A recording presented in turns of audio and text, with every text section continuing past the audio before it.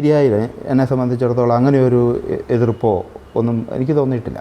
നമ്മുടെ ഈ 7 ജില്ല എടുത്താൽ അങ്ങനെ ഒരു എന്താ പറയുന്നത് തിരിച്ച് വ്യത്യാസത്തോടു കൂടിയുള്ള ഒരു പെരുമാറ്റം, പ്രത്യേകിച്ച് ഗ്രാമങ്ങളിൽ ഇങ്ങനെയുള്ള ശുശ്രൂഷകളിൽ ആൾക്കാർക്ക് അഭിമാനമേ ഉള്ളൂ. അതുപോലെ നമ്മുടെയൊക്കെ ഹോസ്റ്റലുകളിലേക്കും സ്കൂളിലേക്കും ഒക്കെ കുട്ടികളെ വിടാനായിട്ട് നമുക്കറിയാം ആർക്കും അതിനോട് താല്പര്യമുള്ളൂ. ആ രീതിയിൽ സർവീസ് എല്ലാവരും വിലമതിക്കുന്നുണ്ടെന്നുള്ളതാണ് ഞാൻ മനസ്സിലാക്കുന്നത്. ഇപ്പോൾ ഈ ബാലഗിരി ഒരു ഉദാഹരണമാണ്. ഗവൺമെൻറ്റിൻ്റെ പ്രോഗ്രാം നമ്മളെ ഏൽപ്പിച്ചിരിക്കുന്നതാണ്. അതുപോലെ നബാർഡ് പ്രോഗ്രാംസ് അങ്ങനെയുള്ളത് ഗവൺമെൻറ് നമ്മുടെ നമ്മളൊരു NGO ആയിട്ട് കണ്ട് ഏൽപ്പിച്ച് നമ്മൾ ചെയ്തു പോകുന്നതാണ്. പൊതുവേ നമ്മളോട് അങ്ങനെ ഒരു തിരിച്ച് വ്യത്യാസമില്ല. പിന്നെ ചുരുക്കം ചില ആൾക്കാർക്ക് ഈ പറഞ്ഞതുപോലെ നമ്മൾ ചെയ്യുന്നതെല്ലാം മതപരിവർത്തനത്തിന് വേണ്ടിയാണോ അങ്ങനെയൊക്കെയുള്ള സംശയങ്ങൾ ചിലപ്പോഴൊക്കെ ഉണ്ട്. അങ്ങനെ ഉള്ളൂ. പക്ഷേ അത് ഒരിക്കലും അതങ്ങനെ ഒരു ബുദ്ധിമുട്ടായിട്ട് വന്നിട്ടില്ല. ഛത്തീസ്ഗഡ് വിഷയം കേരളത്തിലേക്ക് വലിച്ചിഴച്ചു കൊണ്ടുവന്ന് രാഷ്ട്രീയ ലാഭം കൊയ്യാൻ ശ്രമിച്ചതിന്റെ തെളിവുകൾ ഒന്നൊന്നായി പുറത്തു വന്നുകൊണ്ടിരിക്കുകയാണ്. കേരളത്തിലെ ക്രൈസ്തവ സമൂഹത്തിന്റെ ഇടയിൽ പരസ്പര വിരുദ്ധ ധാരണകൾ സൃഷ്ടിക്കാനാണ് നീക്കം നടന്നത്. ഛത്തീസ്ഗഡിൽ ക്രൈസ്തവ വേട്ടയെന്ന ആരോപണം പൂർണ്ണമായും തള്ളുകയാണ് ബസ്തർ ബിഷപ്പ് മാർ ജോസഫ് കൊല്ലംപറമ്പിൽ. അദ്ദേഹത്തിന്റെ വാക്കുകളാണ് നമ്മൾ ജനം ഡിബേറ്റ് തുടങ്ങുന്നതിന് തൊട്ട് മുൻപായി കേട്ടത്. സർക്കാരുമായി സഹകരിച്ചാണ് സഭയുടെ പ്രവർത്തനമെന്ന് ബിഷപ്പ് തുറന്നു പറയുകയാണ്. പെൺകുട്ടികളുടെ പരാതിക്ക് പിന്നിൽ CPI ആണെന്ന തെളിവുകളും ജനം TV പുറത്തുവിട്ടു. അപ്പോൾ ഛത്തീസ്ഗഡ് മുൻനിർത്തിയുള്ള അജണ്ടകൾ വ്യക്തമാണ്. ഈ കോലാഹലങ്ങൾ കേരളത്തിലെ തെരഞ്ഞെടുപ്പ് മുൻനിർത്തിയുള്ളതായിരുന്നുവെന്ന് വ്യക്തമാകുകയാണ്. സഭാ നേതൃത്വം കേന്ദ്ര സർക്കാരിനും BJPക്കും നന്ദി പറയുമ്പോൾ ഇടത് വലതു മുന്നണികൾ ഒരിക്കൽ കൂടി പരിഭ്രാന്തരാകുകയാണ്. അതാണ് ഒരു കൂട്ടം മാധ്യമങ്ങളെ ഉപയോഗിച്ചുകൊണ്ടുള്ള ഈ പൊറാട്ട് നാടകങ്ങൾ. ജനം TV ഈ വിഷയം ചർച്ച ചെയ്യുകയാണ്. ഛത്തീസ്ഗഡ് ആരുടെ തിരക്കഥ? ഈ ചർച്ചയിൽ അതിഥികളായി പങ്കെടുക്കുന്നത് BJP പ്രതിനിധി K. രഞ്ജിത്ത്, കോൺഗ്രസ് പ്രതിനിധി അഡ്വക്കേറ്റ് സേനാപതി വേണു, ഇടത് പ്രതിനിധി advocate D. Suresh Kumar, Christian council പ്രതിനിധി കെന്നഡി കരിമ്പിൻകാലായിൽ. ആദ്യം ശ്രീ കെന്നഡി കരിമ്പിൻകാലായിലേക്കാണ് പോകുന്നത്. ശ്രീ കെന്നഡി, നമ്മൾ ഈ ജനം ഡിബേറ്റ് തുടങ്ങുന്നതിന് തൊട്ട് മുൻപായി നമ്മൾ കാണിച്ചത് മാർ ജോസഫ് കൊല്ലംപറമ്പിൽ ബസ്തർ ബിഷപ്പാണ്. അദ്ദേഹത്തിൻ്റെ വാക്കുകളാണ്. അദ്ദേഹം വളരെ കൃത്യമായി പറയുകയാണ്, ഇവിടെ കേരളത്തിലെ മാധ്യമങ്ങൾ പ്രചരിപ്പിക്കുന്നത് പോലെ ഛത്തീസ്ഗഡിൽ ഒരു ക്രൈസ്തവ വേട്ട നടക്കുന്നില്ല. BJP സർക്കാർ ഒരു തരത്തിലുള്ള വിവേചനവും കാണിച്ചിട്ടില്ല. സർക്കാരുമായി സഹകരിച്ചുകൊണ്ട് തന്നെയാണ് സഭയുടെ പ്രവർത്തനങ്ങൾ. മാത്രവുമല്ല, സർക്കാരിൻ്റെ പല പദ്ധതികളും നടപ്പാക്കാൻ അവിടുത്തെ ക്രൈസ്തവ സഭാ നേതൃത്വത്തെ, ക്രൈസ്തവ സഭയെ ഏർപ്പെടുത്തുക പോലും ചെയ്യുന്നു ഛത്തീസ്ഗഡ് ഗവൺമെൻറ് എന്നാണ് അദ്ദേഹം പറഞ്ഞു വെക്കുന്നത്. എങ്ങനെയാണ് ക്രിസ്ത്യൻ കൗൺസിൽ ഈ നിലപാടുകളെ, ഈ സത്യത്തെ നോക്കിക്കാണുന്നത്?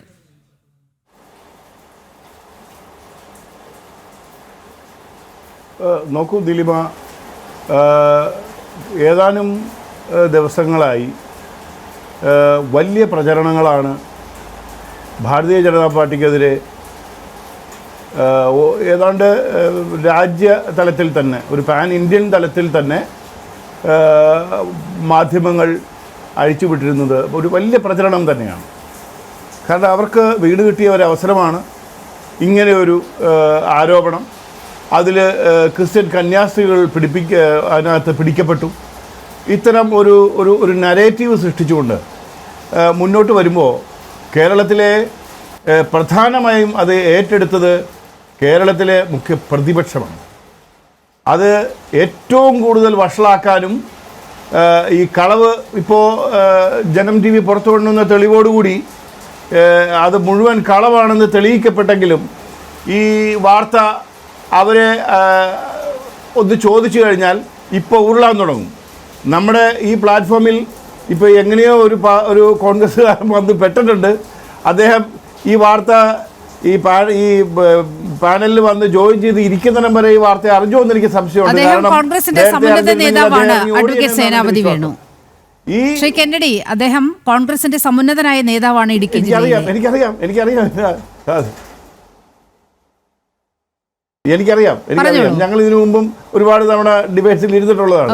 അല്ല, ഞാൻ പറഞ്ഞത് ഇതുപോലൊരു കളവിന്റെ, ഇതുപോലൊരു ചമയ്ക്കപ്പെട്ട വാർത്തയുടെ പ്രചാരകരായി ആ പ്രചരണം ഏറ്റുപിടിക്കേണ്ട ഗതികേട് കോൺഗ്രസിന് വന്നു എന്നുള്ളതിൽ ലജ്ജിക്കേണ്ടതല്ലേ? അദ്ദേഹത്തിൻ്റെ തല താഴ്ന്നിരിക്കേണ്ടതല്ലേ? ഇത് ആ കുടുക്കിൽ വീണുപോയി എന്ന് പറഞ്ഞാൽ തല താഴ്ന്നിരിക്കേണ്ടതല്ലേ? ഇനി അതിലും പോട്ടെ, ഇവിടുന്ന് ഈ വാർത്ത കേട്ട് കഴിഞ്ഞ ഉടനെ ഇന്ത്യയിൽ ഇതിനു മുമ്പും ഇത്തരം വാർത്തകൾ വന്നിട്ടുണ്ട്. ഞാൻ പറഞ്ഞല്ലോ, ഇതിനു മുമ്പ് 2021 ഒരു 4-5 പുരോഹിതരെ ഇതേ വകുപ്പ് പ്രകാരം അറസ്റ്റ് ചെയ്തിരുന്നതാണ്. ഇവിടുന്ന് ആരെങ്കിലും അങ്ങോട്ട് പോയോ? അപ്പോൾ ഇത് തെരഞ്ഞെടുപ്പ് മാത്രം കണ്ടുള്ള പോക്കാണെന്ന് നമുക്കറിയാം. MP-മാർ പോയത് നമുക്ക് മനസ്സിലാക്കാം. കാരണം അവർക്കൊരു അതായത് ഒരു സ്റ്റേറ്റിന് പുറത്തേക്കുള്ളൊരു പോർട്ട്ഫോളിയോ അവർക്ക് അവകാശപ്പെടാം. ഈ MLA-മാരെല്ലാം കൂടി ഇവിടുന്ന് അങ്ങോട്ട് എന്തിനാണ് ഉരുണ്ട് കയറിയത്? അവരുടെ പോർട്ട്ഫോളിയോ ഈ സ്റ്റേറ്റിനകത്ത് മാത്രമല്ലേ? അവർ ഇവിടെ റോഡാകെ തോടായ പരുവം, അടുക്കളയിൽ ആന കയറുന്ന ഒരു സ്ഥിതി. ആശുപത്രിയിൽ പോയാൽ ആശ്വാസമല്ല, ആശ്വാസം പോകുന്ന ഒരു ഗതി. ഇതല്ല, ഈ 100,000 പ്രശ്നങ്ങൾ ഇവിടെ ഇട്ടിട്ട് ഇവരങ്ങോട്ട് തള്ളിക്കയറിയിട്ട് ഇവർക്ക് എന്ത് കിട്ടി? നന്നായി ഫോട്ടോ സെഷനിൽ അഭിനയിക്കാൻ കഴിഞ്ഞു എന്നുള്ളത് കഴിഞ്ഞാൽ ഇവർ ശരിക്കും ലഭ്യരാകുകയാണ്. ഈ പോയവരൊക്കെ നാട്ടുകാർ പുച്ഛിക്കുകയാണ്. അവിടെ പോയിട്ട് ഇടതുപക്ഷത്തിൻ്റെ നേതാക്കന്മാരാണെങ്കിലും ഈ പറഞ്ഞ കോൺഗ്രസിൻ്റെ നേതാക്കന്മാരാണെങ്കിലും കന്യാസ്ത്രീയുടെ തോളെ കയറ്റുന്ന ഫോട്ടോ എടുക്കുമ്പം അവർക്ക് എന്ത് റോളുണ്ടായിരുന്നു? അവരെന്ത് ചെയ്തിട്ട്? അവരെന്താണ് ഇക്കാര്യത്തിൽ ഒരു എന്തെങ്കിലും ഒരു ചെറുവിരലനക്കാൻ അവർക്ക് കഴിഞ്ഞോ? കോൺഗ്രസിൻ്റെ നേതാക്കന്മാർ ഇവിടുന്ന് പോയിട്ട് ഛത്തീസ്ഗഡിലെ അവരുടെ PCC പ്രസിഡന്റിനെ കൊണ്ട് അയാളുടെ അഭിപ്രായം ഒന്ന് തിരുത്തിക്കാനെങ്കിലും, അതായത് ഈ കന്യാസ്ത്രീകൾ കുറ്റക്കാരാണെന്നുള്ള മറ്റുള്ളവരുടെ സ്റ്റേറ്റ്മെന്റ് അയാൾ ഇറക്കിയിട്ട് അത് തിരുത്തിക്കാൻ പോലും കഴിയാത്ത കോൺഗ്രസ് നേതാക്കൾ തോളെ കൈയിട്ട് ഇളിച്ചോണ്ട് നിൽക്കുന്നു. പരിതാപകരം. It's a pity. ഏതായാലും ഇപ്പോ യാഥാർത്ഥ്യം പുറത്തേക്ക് വരുന്നു. ഇനി ഇത് ചർച്ച മറ്റൊരു മാധ്യമവും ഏറ്റെടുക്കില്ല. കണ്ടോളൂ, നാളെ നേരം വെളുക്കുമ്പോൾ ഈ വാർത്ത തെറ്റാണെന്നുള്ള ക്യാപ്സൂൾ രംഗത്ത് വരും. അത് ചർച്ച നടത്തും. ഈ ജനം TV കണ്ടെത്തിയ ഈ യാഥാർത്ഥ്യം ചർച്ച നടത്താൻ ഇന്ന് ഈ സന്ധ്യക്ക് ഏതെങ്കിലും ചാനലുണ്ടോ? ഇന്നലെ വരെ ഉണ്ടായ ഏതെങ്കിലും മാധ്യമങ്ങൾ ഇന്നുണ്ടോ? ഞാൻ സത്യം മാത്രമേ ചോദിക്കുന്നുള്ളൂ. ഈ കളവ് പ്രചരിപ്പിച്ച ആരെങ്കിലും, ഇത്രയും പ്രൊപ്പഗണ്ട നടത്തിയ ഏതെങ്കിലും മാധ്യമപ്രവർത്തകർക്ക് താല്പര്യമുണ്ടോ സത്യം ചർച്ച ചെയ്യാൻ? കളവ് ചർച്ച ചെയ്യാൻ അവർ തൊണ്ട കീറി. സത്യം ചർച്ച ചെയ്യാൻ ആർക്കെങ്കിലും താല്പര്യമുണ്ടോ? ഉണ്ടാവില്ല. നീലിമ, എനിക്ക് കൂടുതൽ പറയാനുണ്ട്. ഞാൻ അടുത്ത റൗണ്ടിലേക്ക് വരുമ്പോഴത്തേക്ക് ഞാൻ സംസാരിക്കാം. കാരണം എനിക്ക് ബഹുമാനപ്പെട്ട കോൺഗ്രസിന്റെ നേതാവ്, ഇനി കോൺഗ്രസിന്റെ പ്രതിനിധിയിലേക്കാണ് പോകേണ്ടത്. കോൺഗ്രസ് പ്രതിനിധി അഡ്വക്കേറ്റ് സേനാപതി വേണുവിലേക്കാണ്. ശ്രീ സേനാപതി വേണു, ഇപ്പോൾ കോൺഗ്രസിനെതിരെ ഉയർന്നിരിക്കുന്ന ഒരു ആരോപണം എന്ന് പറയുന്നത് അനാവശ്യമായ വിവാദങ്ങൾ ഉണ്ടാക്കി പ്രശ്നങ്ങൾ സൃഷ്ടിക്കാനാണ് കോൺഗ്രസ് അവിടെ ശ്രമിച്ചത്. ഇപ്പോൾ ശ്രീ കെന്നഡി സൂചിപ്പിച്ചതുപോലെ തന്നെ നിങ്ങൾ അവിടെ പോയിട്ട്, നിങ്ങളുടെ നേതാക്കൾ അവിടെ പോയിട്ട് എന്ത് ചെയ്യാനായിരുന്നു എന്ന വലിയ ചോദ്യമുണ്ട്. കാരണം കോൺഗ്രസിനവിടെ ഏതെങ്കിലും വിധത്തിൽ ഒരു സമ്മർദ്ദം ചെലുത്താൻ കഴിയുന്ന അവസ്ഥയല്ല. ഭരണത്തിൽ നിങ്ങളല്ല, BJP ആണ് അവിടെ ഭരിക്കുന്നത്. ഒരു തരത്തിലും സമ്മർദ്ദം ചെലുത്താൻ നിങ്ങളെ കൊണ്ട് കഴിയില്ല. പക്ഷേ അവിടെ ഒരു അനാവശ്യ പ്രശ്നങ്ങളുണ്ടാക്കി, ജയിലിന് പുറത്ത് പ്രശ്നങ്ങളുണ്ടാക്കി, കോടതിക്ക് പുറത്ത് പ്രശ്നങ്ങളുണ്ടാക്കി, വലിയ സമ്മർദ്ദത്തിലേക്ക് ഒരു സംവിധാനത്തെ കൊണ്ട് ചെന്നെത്തിക്കുകയും ഒപ്പം തന്നെ പിറ്റേ ദിവസം ജാമ്യം കിട്ടി പുറത്തു വരേണ്ട കന്യാസ്ത്രീമാർ 9 ദിവസം കൂടി അവിടെ കിടക്കേണ്ടി വന്നു എന്ന ഒരു ദുരവസ്ഥ ഇവിടുത്തെ ഇടത് വലത് മുന്നണികൾ ചേർന്ന് അവിടെ സൃഷ്ടിക്കപ്പെട്ടു എന്നാണ് ഉയരുന്ന ആരോപണം. കോൺഗ്രസിന്റെ പ്രതികരണം. നീലിമ പിറ്റേ ദിവസം ജാമ്യം കിട്ടി പുറത്തിറങ്ങേണ്ടവരായിരുന്നു എന്നുള്ളത് നീലിമയുടെ നിരീക്ഷണമാണോ, കെന്നഡി കരിമ്പങ്കാലയുടെ നിരീക്ഷണമാണോ, അതോ ജനം TVയുടെ നിരീക്ഷണമാണോ അറിയാൻ എനിക്ക് താല്പര്യം. അവിടെ പോയ BJP നേതാക്കളുടെ നിരീക്ഷണമാണ് ഞാൻ അങ്ങേയുമായി പങ്കുവച്ചത്. അതെ, ആയിക്കോട്ടെ. ജോർജ് ഉൾപ്പെടെയുള്ളവർ ഇക്കാര്യം പറഞ്ഞിട്ടുണ്ട്. അതെ, BJP നേതാക്കളുടെ നിരീക്ഷണം ഇതാണ്. അപ്പൊ എന്റെ ആദ്യത്തെ ചോദ്യം, വാട്ട് വാസ് ദ ഒഫൻസ്? ഇവിടെ എന്തായിരുന്നു കുറ്റകൃത്യം? 2 കന്യാസ്ത്രീകളോടൊപ്പം 2-3 സ്ത്രീകൾ, അവര് ഒരു റെയിൽവേ സ്റ്റേഷനിൽ, ദുർഗ എന്ന് പറയുന്ന ഒരു റെയിൽവേ സ്റ്റേഷനിൽ അവർ യാത്ര ചെയ്യാനിരിക്കുന്നു എന്നുള്ള ഒരൊറ്റ തെറ്റല്ലേ അവർ ചെയ്തുള്ളൂ. അല്ലാതെ വേറെ ഏതെങ്കിലും രീതിയിലുള്ള ഒരു തെറ്റ് അവിടെ നടന്നിട്ടുണ്ടോ, ഒരു ഒഫൻസ് അവിടെ നടന്നിട്ടുണ്ടോ? ഞങ്ങളുടെ ആദ്യത്തെ ചോദ്യം അതാണ്. ഞാൻ കെന്നഡി കരിമ്പങ്കാലയോട് അദ്ദേഹമായിട്ട് ഈ ചാനൽ ചർച്ച, കാരണം എന്താണെന്ന് വെച്ചാൽ ചില അപ്രിയ സത്യങ്ങൾ വിളിച്ചു പറയുന്ന ഒരാളായതുകൊണ്ട് എനിക്ക് അദ്ദേഹത്തോട് ഏറെ ബഹുമാനമുണ്ട്. കാരണം അപ്രിയ സത്യങ്ങൾ പലപ്പോഴും ചാനൽ ചർച്ചകളിൽ പലരും പറയാറില്ല. അദ്ദേഹം അതിനൊരു അപവാദമായതുകൊണ്ട്, അദ്ദേഹം അപ്രിയ സത്യങ്ങൾ പറയുന്ന ഒരാളായതുകൊണ്ട് ഞാൻ അദ്ദേഹത്തോട് ചോദിക്കുന്ന ഒരു ചോദ്യം, എന്ത് കുറ്റകൃത്യമാണ് ഈ 2 കന്യാസ്ത്രീകൾ, ഈ പ്രീതി മേരിയും അതുപോലെ തന്നെ സിസ്റ്റർ വന്ദന ഫ്രാൻസിസും ചെയ്ത കുറ്റകൃത്യം എന്താണ്? അവരൊരു റെയിൽവേ സ്റ്റേഷനിൽ യാത്രക്കാരായി, അവരോടൊപ്പം 3 മറ്റ് യാത്രക്കാരുമുണ്ട്. അവർ പ്രായപൂർത്തിയായ യാത്രക്കാരാണ്. അങ്ങനെ യാത്ര ചെയ്യുന്നത് ഇന്ത്യ മഹാരാജ്യത്ത് നിരോധിക്കപ്പെട്ടിട്ടുള്ളതാണോ, തെറ്റാണോ? അവിടെ നടന്ന ആൾക്കൂട്ട വിചാരണയെ കുറിച്ച് എന്താണ് ക്രിസ്ത്യൻ കൗൺസിലിന്റെ ബഹുമാന്യനായ നേതാവ് ശ്രീ കെന്നഡി കരിമ്പങ്കാല പറയാത്തത്? ഒരു കുറ്റകൃത്യവും നടക്കാത്ത ഒരു കാര്യം. ഞാൻ കെന്നഡിയോട് വിനീതമായിട്ട് ചോദിക്കാം, നമ്മളൊക്കെ വടക്കേ ഇന്ത്യയിൽ യാത്ര ചെയ്യുക. സേനാപതി വേണു, ഞാൻ ഒന്ന് ഇടപെടുന്നത് കൊണ്ട് അങ്ങ് ഒരു സെക്കൻഡ് ഒരു കാര്യം പറഞ്ഞുകൊള്ളട്ടെ. അവിടെ അന്ന് കൃത്യമായി ആ 3 പെൺകുട്ടികളിൽ ഒരാൾ നൽകിയ മൊഴിയുടെ അടിസ്ഥാനത്തിലാണ് പോലീസ് കേസെടുക്കുന്ന സാഹചര്യമുണ്ടായത്. അല്ലാതെ അവിടുത്തെ സാഹചര്യ തെളിവുകൾ മുൻനിർത്തിയല്ല. പക്ഷെ പിന്നീട് ആ പെൺകുട്ടിയുടെ മൊഴി മാറ്റപ്പെട്ടു. അതിൻ്റെ പിന്നിൽ പ്രവർത്തിച്ച ഘടകങ്ങളെക്കുറിച്ചുള്ള വിവരങ്ങൾ ഇന്ന് ജനം TV പുറത്തുവിട്ടിട്ടുണ്ട്, എന്താണ് അവിടെ നടന്നത് എന്നുള്ള കാര്യത്തിൽ. അപ്പോൾ ഒരു പെൺകുട്ടി പറയുകയാണ്, ആ ഒരു പെൺകുട്ടി പ്രായപൂർത്തിയായ പെൺകുട്ടിയാണല്ലോ, എൻ്റെ സമ്മതമില്ലാതെയാണ് പോകുന്നത്, ഇത് എൻ്റെ സമ്മതമില്ലാതെ നിർബന്ധിച്ച് എന്നെ ജോലിക്ക് കൊണ്ടുപോവുകയാണ് എന്നൊരു പെൺകുട്ടി പറയുമ്പോൾ നിലവിലുള്ള പോലീസ് സംവിധാനം എന്താണ് ചെയ്യേണ്ടത്? സ്വാഭാവികമായും മനുഷ്യക്കടത്തിന് കേസെടുക്കും. അതല്ലേ ഉണ്ടായത്? നീലിമ, ഈ പെൺകുട്ടി she was not a minor. അവരെ കൈ കെട്ടിയോ കാല് കെട്ടിയോ ഏതെങ്കിലും വാഹനത്തിൽ ഒന്നിലധികം ആളുകൾ അത് തന്നെയാണ് അഡ്വക്കേറ്റ് സേനാപതി വേണു ഞാൻ ചൂണ്ടിക്കാട്ടിയത്. പ്രായപൂർത്തിയായ ഒരു പെൺകുട്ടി മൊഴി നൽകുകയാണ്, എന്നെ നിർബന്ധിച്ച് കൊണ്ടുപോകുകയാണ്, എനിക്ക് താല്പര്യമില്ല എന്ന് പറയുമ്പോൾ നമ്മുടെ നിലവിലുള്ള നീതിന്യായ സംവിധാനം അനുസരിച്ച് നിയമത്തിന്റെ വഴിക്കല്ലേ പോകേണ്ടിയിരുന്നത്? അതല്ലേ അന്ന് അവിടെ സംഭവിച്ചത്? ബജറംഗദളിന്റെ വഴിക്ക് പോകുന്നു. നിയമത്തിന്റെ വഴിക്കല്ല, നിയമം ബജറംഗദളിന്റെ വഴിക്ക് പോകുന്നു. പ്രായപൂർത്തിയായ 3 ആളുകൾ അല്ലെ 4 ആളുകൾ റെയിൽവേ സ്റ്റേഷനിൽ യാത്രയ്ക്ക് വരുമ്പോൾ അവരെ തടഞ്ഞു നിർത്താനും അവരെങ്ങോട്ട് പോകുന്നെന്നും അവരുടെ ഐഡന്റിറ്റി ചോദിക്കാൻ ബജറംഗദളിന് ആരധികാരം കൊടുത്തു? നീലിമ, ഞാന് ശ്രീ കെന്നഡിയോട് ചോദിക്കാം, നാളെ കെന്നഡിയോ ഞാനോ അല്ലെ ഈ പാനലിൽ ഇരിക്കുന്ന ആളോ അല്ലെ നീലിമയോ നമ്മൾ എവിടെയെങ്കിലും അവിടുത്തെ കോൺഗ്രസിന്, അവിടുത്തെ PCC അധ്യക്ഷന് ഇക്കാര്യത്തിൽ മിണ്ടാട്ടം മുട്ടിയതെന്തേ? അവരാരും ഇത് സംബന്ധിച്ച് ഒരു ചോദ്യം ചെയ്യൽ പോലും നടത്തിയില്ലല്ലോ. അവിടുത്തെ കോൺഗ്രസുകാർ ആരെങ്കിലും 35 MLA-മാരുണ്ടല്ലോ അവിടെ. കോൺഗ്രസിന് 35 MLA-മാരുണ്ട്. 35 MLA-മാർ എന്ന് പറയുമ്പോൾ സ്വാഭാവികമായും കോൺഗ്രസിന് വലിയ ശക്തിയുള്ള സംസ്ഥാനം തന്നെയാണ് ഛത്തീസ്ഗഡ് എന്ന് പറയുന്നത്.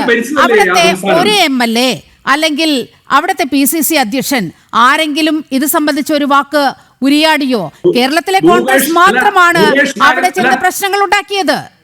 അല്ല, ഞാൻ ചോദിക്കട്ടെ നീലിമ, ഭൂപേഷ് ബാഗൽ എന്ന് പറയുന്ന മുൻ മുഖ്യമന്ത്രി, അദ്ദേഹം എന്തിനാ ഈ പ്രതികൾ എന്ന് ആരോപിക്കപ്പെട്ടിരുന്ന ഈ സാധുക്കളായ കന്യാസ്ത്രീകളെ പാർപ്പിച്ചിരുന്ന ജയിലിൽ അദ്ദേഹം എന്തിനാ പോയത്?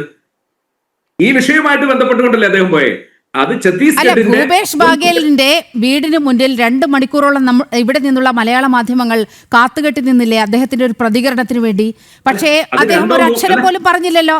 പിന്നെ ജയിലിൽ പോയത് അതിൻ്റെതായ കാരണങ്ങളുണ്ട്. ഇവിടുത്തെ കോൺഗ്രസ് നേതാക്കൾ വരുന്നു, അവരുടെ ഒപ്പം പോയി എന്നതൊഴിച്ചാൽ ഒരു വിധത്തിലുള്ള പ്രസ്താവനയും ഭൂപേഷ് ബാഗേലിന്റെ ഭാഗത്തു നിന്നും ഉണ്ടായിട്ടില്ല. ഓർക്കണം, ഛത്തീസ്ഗഡ് ഭരിച്ച മുഖ്യമന്ത്രിയാണ്. ഛത്തീസ്ഗഡ് ഭരിച്ച മുഖ്യമന്ത്രി ആയതുകൊണ്ടും ഈ വിഷയത്തിൽ കോൺഗ്രസ് പാർട്ടി എടുത്തിരിക്കുന്ന നിലപാട് ശരിയായതുകൊണ്ടും കോൺഗ്രസിന്റെ നേതാക്കളോടൊപ്പം പോയി. പിന്നെ പത്രക്കാരോട് അദ്ദേഹം പ്രതികരിച്ചില്ല എന്നുള്ള അദ്ദേഹം മറുപടി പറയട്ടെ, അത് ഞാൻ മറുപടി പറയേണ്ട ഒരു കാര്യമല്ല. പക്ഷെ എന്റെ ചോദ്യത്തിന് ഇതുവരെയും ഉത്തരം കിട്ടിയിട്ടില്ല. എന്റെ ചോദ്യം, പ്രായപൂർത്തിയായ 2 or 3 സ്ത്രീകൾ, 2 കന്യാസ്ത്രീകളോടൊപ്പം ഇന്ത്യയിലെ ഒരു പ്രധാനപ്പെട്ട റെയിൽവേ സ്റ്റേഷനിൽ അവർ വന്നിരുന്നാൽ അവരെ വളഞ്ഞ് അവരുടെ പേരിൽ കൃത്രിമമായ കുറ്റം ആരോപിക്കാൻ തക്ക അതിനുള്ള മറുപടി ശ്രീ രഞ്ജിത്ത് നൽകും. BJP-യുടെ പ്രതിനിധിയാണ് ശ്രീ രഞ്ജിത്ത്, അങ്ങേക്ക് മറുപടി പറയാം. അതിനുശേഷം ഞാൻ സംസാരിച്ചോളാം. ഓക്കെ, ശ്രീ രഞ്ജിത്ത്.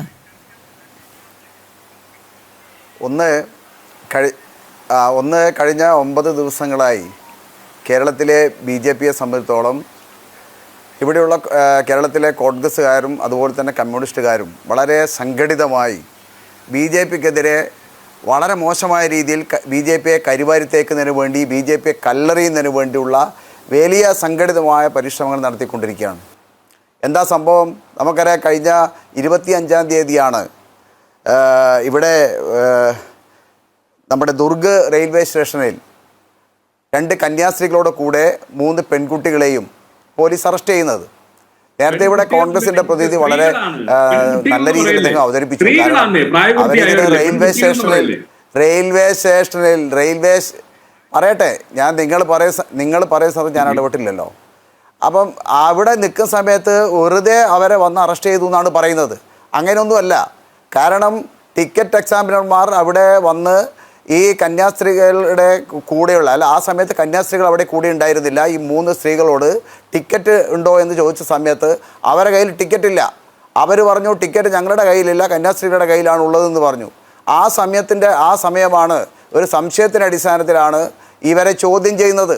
ഇവരെ ചോദ്യം ചെയ്യുന്ന സമയത്ത് ആദ്യം പറഞ്ഞിരിക്കുന്നത് നിങ്ങൾ എവിടെയാണ് പോകുന്നത്, ഞങ്ങൾ അറിയില്ല എന്നാണ് അവർ പോലീസിനോട് സംസാരിച്ചിരിക്കുന്നത്. ആ സമയത്താണ് പോലീസ് ചോദ്യം ചെയ്യുന്നത്. ചോദ്യം ചെയ്ത സമയത്ത് പറഞ്ഞു ഞങ്ങൾ അറിയില്ല, ഞങ്ങൾ ആഗ്രയിൽ കൊണ്ടുപോകുന്നതാണ് പറഞ്ഞത്. ഞങ്ങൾക്ക് ഇവിടെ തന്നെ ജോലി വാങ്ങിച്ചു തരാമെന്ന് പറഞ്ഞിട്ടാണ് ഞങ്ങളെ കൂട്ടിക്കൊണ്ടു വന്നിരിക്കുന്നത് എന്ന രീതിയിലുള്ള ഒരു സംസാരം അവിടെ നടന്നതിൻ്റെ അടിസ്ഥാനത്തിലാണ് അവരെ പോലീസ് ചോദ്യം ചെയ്യുന്നതും അതിൻ്റെ അടിസ്ഥാനത്തിൽ കന്യാസ്ത്രീകളെ അറസ്റ്റ് ചെയ്യുന്നതും. കാരണം നമുക്കറിയാം ഛത്തീസ്ഗഡ് പോലുള്ള സംസ്ഥാനം മതപരിവർത്തന നിയമം അതിശക്തമായി നടപ്പിലാക്കിയ ഒരു സംസ്ഥാനമാണ്. BJP ഗവൺമെൻറ് ഒന്നുമല്ല അവിടെ മതപരിവർത്തന നിയമം നടപ്പിലാക്കിയിരിക്കുന്നത്. നേരത്തെ ഇവിടെ സംസാരിച്ച സേനാപതി വേണുവിൻ്റെ പാർട്ടി തന്നെയാണ് അതിശക്തമായ രീതിയിൽ മതപരിവർത്തന നിയമം ഛത്തീസ്ഗഡ് നടപ്പിലാക്കിയത് കോൺഗ്രസ് ഭരിക്കുന്ന സമയത്താണ്. നമുക്കറിയാം ഛത്തീസ്ഗഡിന്റെ പല മേഖലകളിലും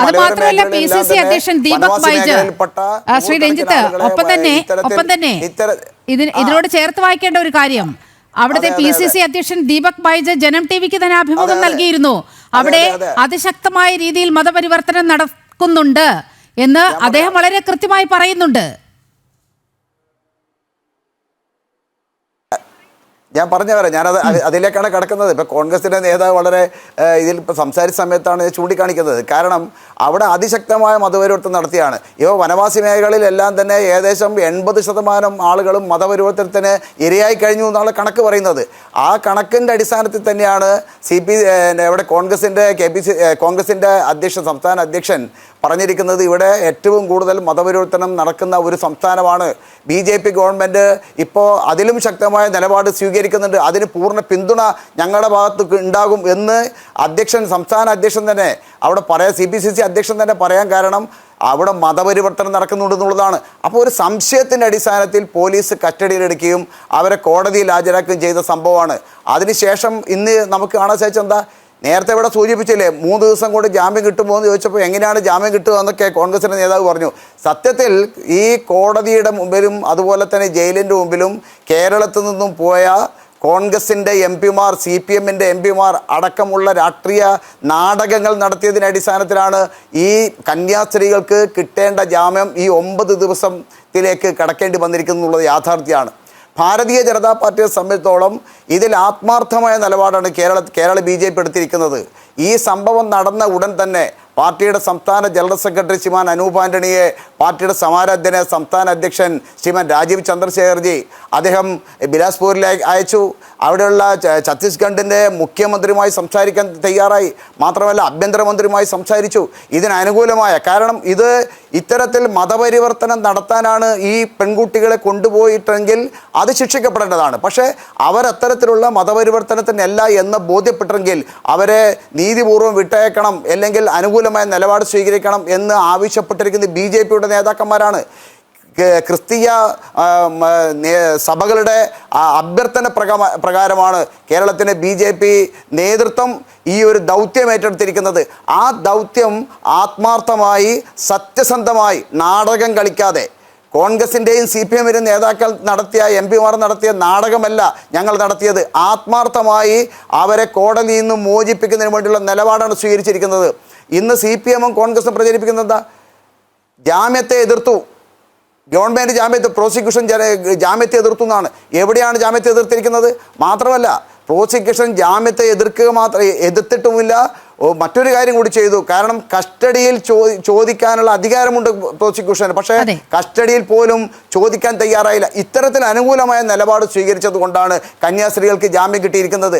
ഇതെല്ലാം തന്നെ 9 ദിവസത്തെ ഈ കള്ളപ്രചരണങ്ങളെല്ലാം തന്നെ ബസ്തർ ബിഷപ്പിൻ്റെ ഒരൊറ്റ സ്റ്റേറ്റ്മെൻറ്റോടുകൂടി പൊളിഞ്ഞിരിക്കുന്നു എന്നുള്ളതാണ് എനിക്കിവിടെ പറയാനുള്ളത്. കാരണം കോൺഗ്രസിൻ്റെയും കമ്മ്യൂണിസ്റ്റിൻ്റെയും കള്ളപ്രചരണങ്ങൾ കഴിഞ്ഞ കുറേ ദിവസങ്ങളായി കേരളത്തിലെ ക്രൈസ്തവ സമൂഹത്തിനെതിരെ പൊതുസമൂഹത്തിനെ തെറ്റിദ്ധരിപ്പിക്കുന്നതിന് വേണ്ടി നടത്തിയിരിക്കുന്ന കള്ളപ്രചരണങ്ങൾ ബസ്തർ ബിഷപ്പിൻ്റെ ഒരൊറ്റ സ്റ്റേറ്റ്മെൻറ്റോട് കൂടി പൊളിഞ്ഞിരിക്കുകയാണ്.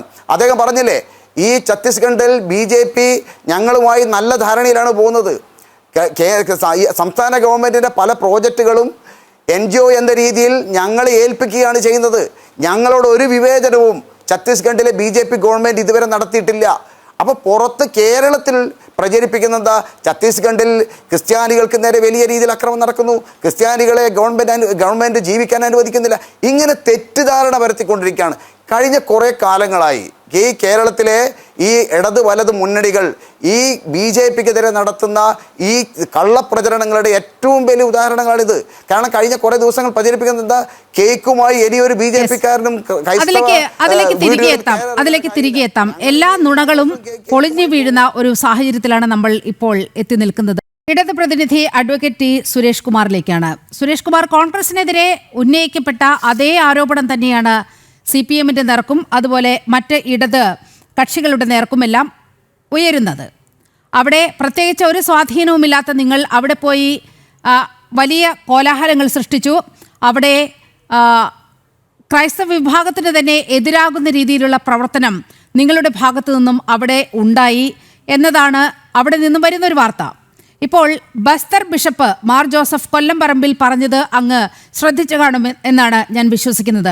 ബസ്തർ ബിഷപ്പ് എന്ന് പറയുമ്പോൾ അദ്ദേഹത്തിൻ്റെ മേഖല എന്ന് പറയുന്നത് അവിടുത്തെ പ്രധാനപ്പെട്ട 7 ജില്ലകളിൽ അദ്ദേഹത്തിൻ്റെ സ്വാധീന മേഖലയാണ്. അവിടെ അദ്ദേഹം വളരെ കൃത്യമായി പറയുകയാണ്, ഈ ഛത്തീസ്ഗഡിൽ ക്രൈസ്തവ വേട്ട എന്ന് പറയുന്നത് കേരളത്തിലുള്ളവർ മാത്രമാണ്. അവിടെ അത്തരത്തിൽ ഒരു വേട്ടയും നടക്കുന്നില്ല.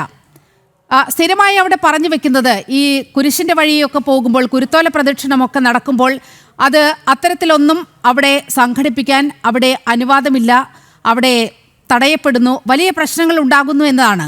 പക്ഷേ ജനം TVക്ക് അനുവദിച്ച അഭിമുഖത്തിൽ ബസ്തർ ബിഷപ്പ് വളരെ കൃത്യമായി പറയുകയാണ്, അവിടെ വളരെ സൗഹാർദ്ദപരമായാണ് സർക്കാർ ഞങ്ങളോട് പെരുമാറുന്നത്. സർക്കാരിൻ്റെ പല പദ്ധതികളും അതിൻ്റെ നടത്തിപ്പ് ചുമതല പോലും ഞങ്ങളെ ഏൽപ്പിക്കുമ്പോൾ ആ വിശ്വാസം എത്രയാണ് എന്ന് ലോകത്തിന് ബോധ്യപ്പെടുകയാണ്. പക്ഷേ മറിച്ചൊരു ചിന്തയാണ് നിങ്ങൾ ഛത്തീസ്ഗഡിൻ്റെ കാര്യത്തിൽ വച്ചു പുലർത്തുന്നത്. അതെന്തിന്? നോക്കൂ, ബസ്തർ ബിഷപ്പിനെ പല ചുമതലകളും ഏൽപ്പിക്കുന്നത് കൊണ്ട്, സർക്കാർ പല ചുമതലകളും ഏൽപ്പിക്കുന്നത് കൊണ്ട് അദ്ദേഹത്തിന് ചിലപ്പോൾ ഈ രൂപത്തിൽ ചില കാര്യങ്ങൾ വളച്ചൊടിച്ച് പറയേണ്ടതായി വരും നിങ്ങളുടെ മാധ്യമത്തിന് മുന്നിൽ, ജനത്തിന് മുന്നിൽ. പക്ഷേ വസ്തുത എന്താണെന്നുള്ളതിനെ സംബന്ധിച്ച് ഈ ലോകം കണ്ടതാണ്. ഈ ലോകത്തിൻ്റെ കണ്ണ് മൂടിക്കെട്ടാനോ വായ് മൂടിക്കെട്ടാനോ ഇനി ആര് വിചാരിച്ചാലും നടക്കില്ല.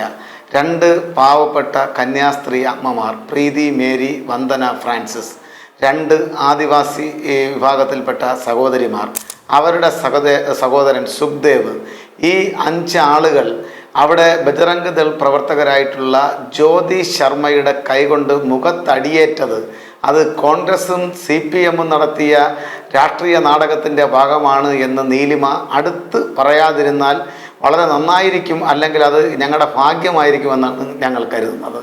ആ കൈ ഉയർത്തി അടിച്ച അടിയുണ്ടല്ലോ, ആ സഹോദരൻ്റെ മുഖത്തടിച്ച അടി, അത് ഏറ്റത് ഇന്ത്യയുടെ ജനാധിപത്യത്തിൻ്റെ മുഖത്താണ് എന്ന് നീലിമയ്ക്ക് കാണാൻ കഴിയാതെ പോകുന്നത് നീലിമ അകപ്പെട്ടിരിക്കുന്ന രാഷ്ട്രീയ മലീമസത്തിന്റെ ഞാനൊന്ന് ചോദിക്കട്ടെ, അത് എന്നെ വ്യക്തിപരമായി താങ്കൾ പറയേണ്ട എന്റെ രാഷ്ട്രീയ നിലപാട് എന്താണെന്ന് ഞാൻ തീരുമാനിച്ചു കൊള്ളാം.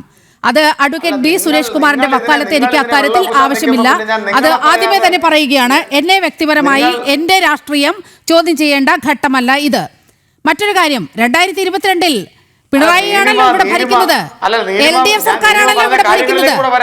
Advocate D. സുരേഷ് കുമാർ ഒരു സെക്കൻഡ് അങ്ങ് എന്റെ രാഷ്ട്രീയത്തെ ചോദ്യം ചെയ്തത് കൊണ്ടാണ് ഞാൻ ഇടപെട്ടത്. മറ്റൊരു ഇടപെടൽ, 2022 ഇവിടെ ഭരിച്ചുകൊണ്ടിരിക്കുന്നത് പിണറായി സർക്കാർ തന്നെയാണല്ലോ.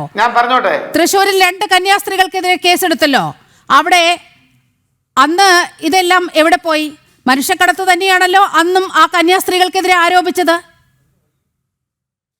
അപ്പോൾ പോലീസിന്റെ മുമ്പിൽ ചില പ്രശ്നങ്ങൾ ഉണ്ടായി. പറയൂ.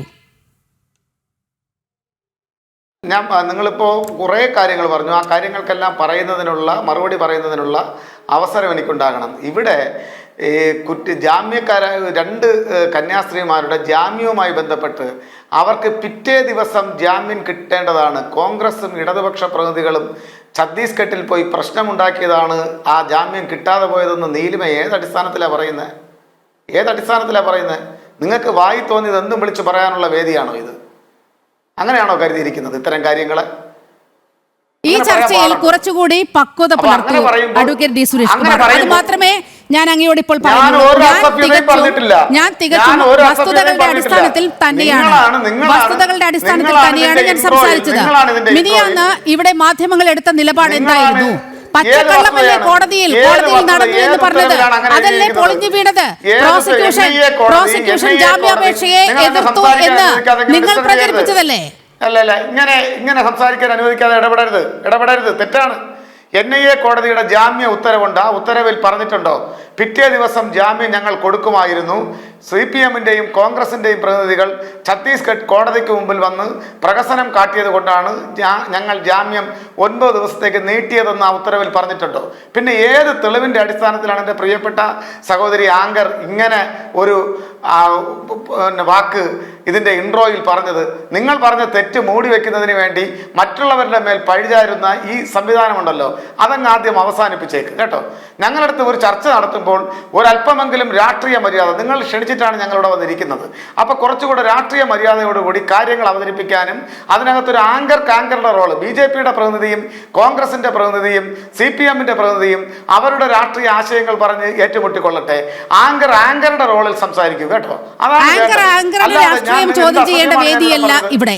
ആങ്കറുടെ രാഷ്ട്രീയം ചോദ്യം ചെയ്യേണ്ട വേദിയല്ല അഡ്വക്കേറ്റ് ഡി സുരേഷ് കുമാർ.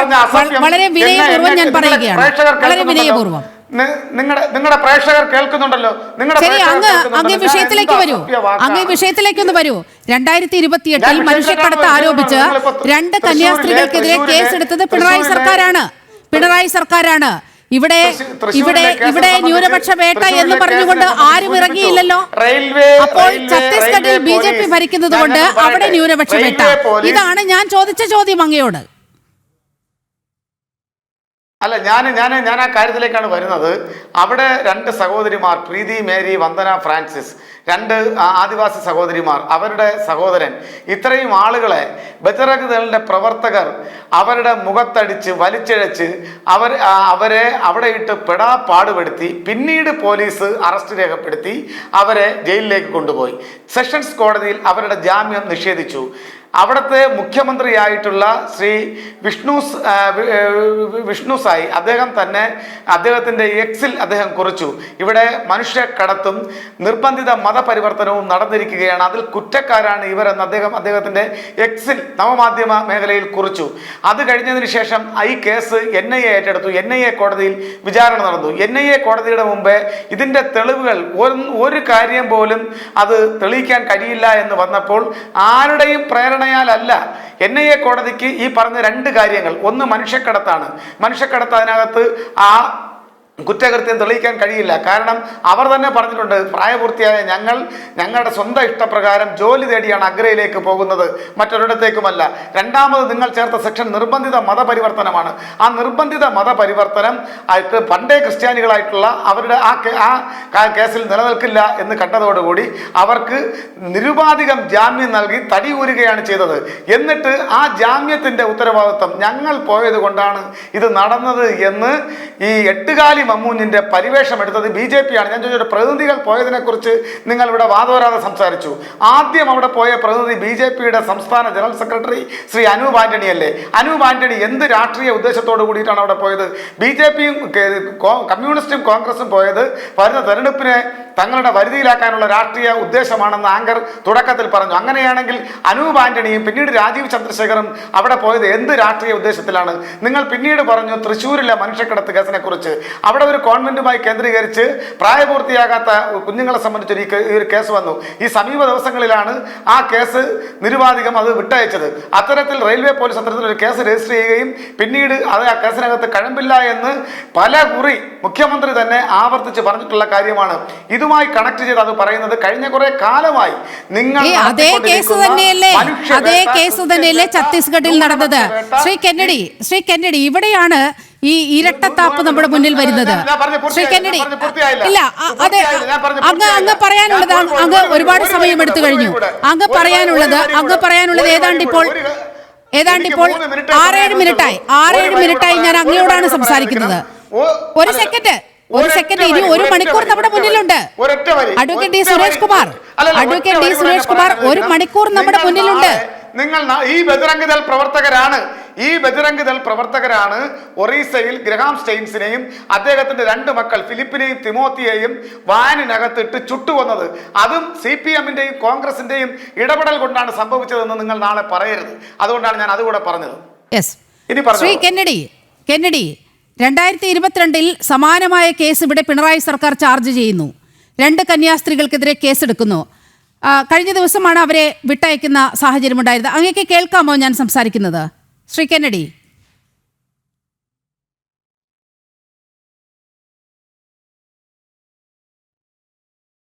ഞാൻ അങ്ങയിലേക്ക് തിരികെ എത്താം. സേനാപതി വേണുവിലേക്ക് പോകുന്നതിന് മുമ്പ് ഒന്നുകൂടി രഞ്ജിത്തിലേക്ക് പോവുകയാണ്. ശ്രീ രഞ്ജിത്ത്, ഇതിപ്പോൾ പിണറായി സർക്കാർ ഇത്തരത്തിലൊരു കേസെടുക്കുമ്പോൾ അതിനിവിടെ ഒരു ഒച്ചപ്പാടുമില്ല, ഒരു ബഹളവുമില്ല. ഇവിടെ ന്യൂനപക്ഷ വേട്ട എന്ന് പറയുന്നില്ല, പ്രതിഷേധം നടക്കുന്നില്ല, പോലീസ് സ്റ്റേഷനിലേക്ക് മാർച്ചില്ല, ഒന്നും നടക്കുന്നില്ല. അപ്പോൾ ഇതേ വകുപ്പ് തന്നെയാണ് ഇപ്പോൾ അന്ന് IPC ആയിരുന്നെങ്കിൽ ഇന്ന് BNS അനുസരിച്ച് മനുഷ്യക്കടത്തിന് കേസെടുത്തിരുന്നു. അന്നുണ്ടാകാതിരുന്ന എന്താണ് ഛത്തീസ്ഗഡിൽ ഉണ്ടായത്?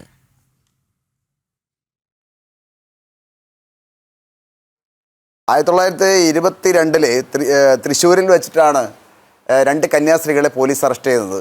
ഏതാ പോലീസ്? BJP ഭരിക്കുന്ന സംസ്ഥാനമല്ല, നമ്മുടെ പിണറായി വിജയൻ ഭരിക്കുന്ന സംസ്ഥാനത്ത് നിന്ന് കേരളത്തിലാണ് 2 കന്യാസ്ത്രീകളെ അറസ്റ്റ് ചെയ്യുന്നത്. അത് ദർബാദ് ആലപ്പി എക്സ്പ്രസ്സിലാണ് 10ഓളം പെൺകുട്ടികളെ കൊണ്ടുവന്നതിൻ്റെ അടിസ്ഥാനത്തിൽ ഇതേപോലെ തന്നെ നേരത്തെ ഞാൻ പറഞ്ഞില്ലേ, അതേ റെയിൽവേ സ്റ്റേഷനിൽ സംശയാസ്പദമായ സാഹചര്യത്തിൽ കുട്ടികളെയും കന്യാസ്ത്രീകളെയും കണ്ട സമയത്ത് പോലീസ് ചോദ്യം ചെയ്തു. പോലീസ് ചോദ്യത്തിൻ്റെ അടിസ്ഥാനത്തിൽ അവരെ അറസ്റ്റ് ചെയ്തു. അതിൻ്റെ അടിസ്ഥാനത്തിൽ IPC 370, അതുപോലെ തന്നെ CRPC 277 ഈ വകുപ്പുകൾ ചുമത്തിക്കൊണ്ട് തട്ടിപ്പ്, ബലപ്രയോഗം, അതുപോലെ തന്നെ ഈ അടിമത്തം, ഇതേപോലുള്ള വകുപ്പുകൾ ചുമത്തിക്കൊണ്ടാണ് ഈ കേരളത്തിലെ മുഖ്യമന്ത്രി പിണറായി വിജയൻ്റെ പോലീസ് ഈ 2 കന്യാസ്ത്രീകളെ അറസ്റ്റ് ചെയ്തത്. ഞാൻ ചോദിക്കട്ടെ, സേനാപതി വേണുവോടും അതുപോലെ തന്നെ LDFൻ്റെ പ്രതിയോടും അന്നൊന്നും കാണാത്ത ആവേശം എന്താ ഇന്ന് ഛത്തീസ്ഗഡിൽ നടക്കുന്ന സമയത്ത് നിങ്ങൾക്ക് ഈ ആവേശം കാണുന്നത്? നിങ്ങളെന്താ ഒരു വരി പോലും അത് പ്രതിഷേധിച്ചിട്ടില്ലല്ലോ. ഞാൻ ചോദിക്കട്ടെ, എത്ര മാസമായി ആ കന്യാസ്ത്രീകൾ ജയിലിൽ കിടക്കുന്നത്? ഇപ്പോൾ ആ കന്യാസ്ത്രീകൾക്ക് ജാമ്യം കിട്ടിയിരിക്കുന്നു. സാക്ഷികളുടെ അഭാവം പരിഗണിച്ചുകൊണ്ടാണ് ഇപ്പം ജാമ്യം കിട്ടിയിരിക്കുന്നത്. സിസ്റ്റർ എഗ്നസും അതുപോലെ തന്നെ സിസ്റ്റർ സിസിലിയും, ഈ 2 കന്യാസ്ത്രീകൾ മാസങ്ങളുമായി നിങ്ങൾ ഈ ഒച്ചപ്പാടും ബഹളവും എല്ലാം തന്നെ ഛത്തീസ്ഗഡിൻ്റെ വിഷയത്തിൽ നടത്തുമ്പോഴും അവർ ജയിലിൽ കിടക്കുകയാണ്. ഇതാണ് യഥാർത്ഥത്തിൽ നിങ്ങളുടെ ഇരട്ടത്താപ്പാണ് ഇതുവഴി പുറത്തു വരുന്നത്. കോൺഗ്രസിൻ്റെ ഇരട്ടത്താപ്പാണ് പുറത്തു വരുന്നത്. ഛത്തീസ്ഗഡിൻ്റെ കോൺഗ്രസിന് ഒരു നിലപാടാണ്. ഛത്തീസ്ഗഡിലെ കോൺഗ്രസിന് കേരളത്തിലെ കോൺഗ്രസ് എടുക്കുന്ന നിലപാട് ഛത്തീസ്ഗഡിലെ കോൺഗ്രസിന് സ്വീകരിക്കാൻ സാധിക്കില്ല. കാരണം ഛത്തീസ്ഗഡിലെ കോൺഗ്രസ് ആണ് ഈ നിയമം അതിശക്തമായി നടപ്പിലാക്കിയ ഒരു ഗവൺമെൻറ്. ഛത്തീസ്ഗഡിലെ കോൺഗ്രസ് ആണ്. ഞാൻ ചോദിക്കട്ടെ, ഛത്തീസ്ഗഡിൽ 35 MLA-മാരുണ്ടല്ലോ. ഈ 9 ദിവസത്തിനിടയിൽ ഏതെങ്കിലും ഒരു പ്രതിഷേധ പരിപാടി ആ 35 MLA-മാർ നടത്തിയോ? അവർ ഏതെങ്കിലും ഒരു ജയിലിന് മുമ്പിൽ നിങ്ങളെ സഹായിക്കാൻ വന്നോ? അവിടെയുള്ള മുൻ മുഖ്യമന്ത്രി അദ്ദേഹം നിങ്ങളെ സഹായിക്കാൻ വന്നു. എപ്പോഴാണ് നിരന്തരമായി, അതായത് കോൺഗ്രസിൻ്റെ MP-മാർ 4 മണിക്ക് നമ്മുടെ കേരളത്തിൽ ജയിലുകളും കാണുന്നില്ലേ, 4 മണി കഴിഞ്ഞാൽ നിങ്ങൾക്ക് അവിടെ ആളുകളെ പ്രവേശിപ്പിക്കില്ലല്ലോ. 4 മണിക്ക് ശേഷമാണ് കോൺഗ്രസിൻ്റെയും അതുപോലെ തന്നെ നേതാക്കന്മാർ ജയിലിൽ ഇവർ സന്ദർശിക്കാൻ പോകുന്നത്. ജയിൽ നിയമം അനുസരിച്ച് 4 മണിക്ക് ശേഷം ആരെയും സന്ദർശകരെ കയറ്റാൻ അനുവാദമില്ല. ആ സമയത്ത് ഇവർ ബഹളം വെക്കുകയാണ്. മാധ്യമങ്ങളെ, കേരളത്തിലെ ചില മാധ്യമങ്ങളെ മുന്നിൽ നിർത്തിക്കൊണ്ട് അവരെ കൂട്ടുപിടിച്ചുകൊണ്ട് അവർ ബഹളം വെക്കുകയാണ്. ആ സമയത്താണ് മണിക്കൂറുകൾ വിളിച്ചതിന് ശേഷമാണ് മുൻ മുഖ്യമന്ത്രി കോൺഗ്രസിൻ്റെ നേതാവ് അവിടെ എത്തിയിരിക്കുന്നത്. മാത്രമല്ല, ഇതിനെക്കുറിച്ച് അഭിപ്രായം ആരായുന്നതിന് വേണ്ടി കേരളത്തിലെ മാധ്യമങ്ങൾ, മലയാള മാധ്യമങ്ങൾ 2 മണിക്കൂറോളം മുൻ മുഖ്യമന്ത്രിയുടെ വീട്ടിന് മുമ്പിൽ കാവലിരുന്നില്ലേ? എന്തുകൊണ്ട് പ്രതികരണം പറഞ്ഞില്ല? അതാണ് ഞാൻ പറഞ്ഞത്, കോൺഗ്രസിൻ്റെ ഇരട്ടത്താപ്പാണ്. കോൺഗ്രസിന് ഛത്തീസ്ഗഡിലൊരു നിയമമാണ്, കേരളത്തിലൊരു നിയമമാണ്. കാരണം കേരളത്തിലെ ക്രൈസ്തവ സമൂഹം കഴിഞ്ഞ കുറച്ച് കാലങ്ങളായി ഭാരതീയ ജനതാ പാർട്ടിയുമായി അടുത്ത് പ്രവർത്തിക്കാൻ തയ്യാറാവുന്നു, അവരുമായിട്ട് സഹകരിക്കാൻ തയ്യാറാവുന്നു. തൃശ്ശൂർ പാർലമെൻറ്റിൽ BJPയുടെ നേതാവ് സുരേഷ് ഗോപി കഴിഞ്ഞ പാർലമെൻറ്റ് തെരഞ്ഞെടുപ്പ് 75,000 വോട്ടിൻ്റെ ഭൂരിപക്ഷത്തിലാണ് വിജയിച്ചു വന്നത്. ക്രൈസ്തവ സമൂഹം വലിയ രീതിയിൽ പിന്തുണ കൊടുത്തിട്ടുണ്ട്, അതിൽ യാതൊരു സംശയവുമില്ല. അത് ഞാൻ നന്ദിയോടുകൂടി ഞങ്ങൾ ഓർക്കുകയാണ്. അപ്പോൾ ഇതൊക്കെ കോൺഗ്രസിനെയും CPM-നെ സമയത്തോളം വളരെ പിടിപ്പിച്ചിരിക്കുകയാണ്. അതുകൊണ്ടാണ് തെറ്റായ രീതിയിൽ വളരെ മോശമായ രീതിയിലുള്ള പ്രചരണം നടത്തിക്കൊണ്ടിരിക്കുന്നത്. വളരെ മോശമായ രീതിയിൽ BJP നേതാക്കന്മാരെ കരിവാരിത്തേക്കുന്നു. ഞാൻ ചോദിക്കട്ടെ, നിങ്ങൾ അവിടെ നടത്തിയ നാടകമല്ലാതെ നിങ്ങൾ എന്ത് രീതിയിലുള്ള പ്രവർത്തനമാണ് അവിടെ നടത്തിയിരിക്കുന്നത്? ഞങ്ങൾ നടത്തിയിരിക്കുന്നത് ഈ വിഷയം BJP-യുടെ സംസ്ഥാന അധ്യക്ഷൻ ഇന്ത്യയുടെ പ്രധാനമന്ത്രിയുടെ ശ്രദ്ധയിൽപ്പെടുത്തുകയാണ്. അതുപോലെ തന്നെ ഇന്ത്യയുടെ ആഭ്യന്തരമന്ത്രിയുമായി സംസാരിക്കുകയാണ്. ഈ കന്യാസ്ത്രീകൾക്ക് ജാമ്യം കിട്ടുന്നതിന് വേണ്ടിയുള്ള അനുകൂലമായ നിലപാട് സ്വീകരിക്കാൻ ഗവൺമെൻറ് തയ്യാറാകണം. അതിന് ഛത്തീസ്ഗഡ് ഗവൺമെൻറ്റിനോട് നിർദ്ദേശം കൊടുക്കണം എന്ന് ആഭ്യന്തരമന്ത്രിയോട് ആവശ്യപ്പെടുകയാണ്. ഛത്തീസ്ഗഡിലെ മുഖ്യമന്ത്രിയെ പോയി കാണുന്നു, നിലപാട് ലഘൂകരിക്കണം എന്ന് പറയുന്നു. കാരണം ഒരു തെറ്റിദ്ധാരണയുടെ പേരിൽ മനുഷ്യക്കള്ളക്കടത്താണ്, മതപരിവർത്തനമാണ് എന്നൊക്കെ രീതിയിലുള്ള ഒരു തെറ്റിദ്ധാരണയുടെ പേരിൽ ഈ 2 കന്യാസ്ത്രീകൾ അറസ്റ്റ് ചെയ്തെങ്കിൽ അവരെ ജാമ്യത്തിൽ ഇനി നിയമപരമായ നിലപാടിൽ സ്വീകരിക്കാൻ സാധിക്കൂ. ജുഡീഷ്യറിക്ക് അതിൻ്റെ പ്രോസസ്സ് ഉണ്ടല്ലോ, ആ പ്രോസസ്സിൻ്റെ അടിസ്ഥാനത്തിൽ അനുകൂലമായ നിലപാട് സ്വീകരിക്കണം എന്ന് ആവശ്യപ്പെടാൻ വേണ്ടിയാണ് അനൂപ് ആന്റണി പോകുന്നത്. വെറുതെ അവിടെ പോയൊന്നുമല്ല. നിങ്ങളെപ്പോലെ മാധ്യമങ്ങളുടെ മുമ്പിൽ നാടകം കളിക്കാൻ വേണ്ടി പോയതല്ല. നിങ്ങൾ പോകുമ്പോഴെല്ലാം തന്നെ കുറേ മാധ്യമങ്ങളെയും കൊണ്ടാണ് പോകുന്നത്. കേരളത്തിലെ ചില മാധ്യമങ്ങൾ നടത്തിക്കൊണ്ടിരിക്കുന്നത് കഴിഞ്ഞ കുറേ ദിവസങ്ങളായി കേരളത്തിലെ മാധ്യമങ്ങൾ ഈ ഭാരതീയ ജനതാ പാർട്ടിയെയും BJP-യുടെ സംസ്ഥാന നേതാക്കന്മാരെയും അപകീർത്തിപ്പെടുത്താനും കരിവാരിത്തേക്കാനും കല്ലെറിയുന്നതിന് വേണ്ടി മാത്രമാണ് ഉപയോഗപ്പെടുന്നത്. അവരുടെ അജണ്ടയാണ് അവർ കേരളത്തിൽ നടപ്പിലാക്കിക്കൊണ്ടിരിക്കുന്നത്. ഒരു കാര്യം ഉറപ്പാണ്, നിങ്ങളുടെ എല്ലാ കള്ളപ്രചരണങ്ങളും അവിടെയുള്ള ബിഷപ്പിൻ്റെ സ്റ്റേറ്റ്മെൻറ്റോട് പൊളിഞ്ഞിരിക്കുന്നു എന്നുള്ളതാണ് യാഥാർത്ഥ്യം. നിങ്ങൾ എന്തു പറഞ്ഞാലും കാരണം ഒന്നുമില്ലാതെ നേരത്തെ സേനാപതിയോട് പറഞ്ഞിരിക്കുന്നത് അവർ റെയിൽവേ സ്റ്റേഷനിൽ ഇരിക്കുന്ന സമയത്താണ് അവർ അറസ്റ്റ് ചെയ്യുന്നത്. അതിനുശേഷം ബജ്രംഗ് ദൾ അവിടെ സ്വാഭാവികമാണ്. അവിടെ ഇതിനു മുമ്പ് ഒരുപാട് സംഭവം നടത്തി കോൺഗ്രസ് ഗവൺമെൻറ് സമയത്ത് നടന്നിട്ടുണ്ട്, ഇപ്പോഴും നടക്കുന്നത്. ബജ്രംഗ് ദളിൻ്റെ കാര്യത്തിൽ ഞങ്ങൾ ന്യായീകരിക്കുന്നൊന്നുമില്ല. തെറ്റ് ചെയ്തവർ അത് കുറ്റം ഏൽക്കണം. ഇത് തന്നെയാണ് BJP-യുടെ അഭിപ്രായം. പക്ഷെ നിരപരാധിയാണെങ്കിൽ അവർ ജയിൽ മോചിതമാവണം, അവർക്ക് നീതി കിട്ടണം. ഈ നിലപാടാണ് ഭാരതീയ ജനതാ പാർട്ടി സ്വീകരിച്ചിരിക്കുന്നത്. അവിടുത്തെ മുഖ്യമന്ത്രിയും അതേ നിലപാട് തന്നെയാണ് എടുത്തത്. അവിടുത്തെ പെൺമക്കളുടെ വിഷയമാണ് ഇത്, രാഷ്ട്രീയവൽക്കരിക്കരുത് എന്ന് പറഞ്ഞുകൊണ്ടാണ് വിഷ്ണുദേവ് സായിയുടെ അന്നത്തെ ഒരു സോഷ്യൽ മീഡിയ കമന്റ് വന്നത് എന്നാണ് ഞാൻ ഓർക്കുന്നത്. അഡ്വക്കേറ്റ് സേനാപതി വേണു, ഇപ്പോൾ ഈ 2 കന്യാസ്ത്രീകളുടെ ദുർഗിലെ 2 കന്യാസ്ത്രീകളുടെ വിഷയം വരുമ്പോൾ നിങ്ങൾ സൗകര്യപൂർവ്വം മറക്കുന്ന ഒരു കാര്യമുണ്ട്. 2021 ഏതാണ്ട് 5ഓളം വൈദികരെയാണ് എന്നാണ് എൻ്റെ ഒരു ഓർമ്മ. 11 മാസത്തോളമാണ് ജയിലിലിട്ടത്. അന്ന് ഛത്തീസ്ഗഡ് ഭരിക്കുന്നത് BJP അല്ല, കോൺഗ്രസ് ആണ്. അപ്പോൾ എവിടെ പോയി നിങ്ങളുടെ സ്നേഹം? മലയാളികൾ ഉൾപ്പെടെയാണ് ഈ വൈദികർ എന്ന് ഓർക്കണം. 11 മാസക്കാലമാണ് ജയിലിൽ കിടന്നത്. അന്ന് എവിടെ പോയി നിങ്ങളുടെ ഈ മതേതര മൂല്യം?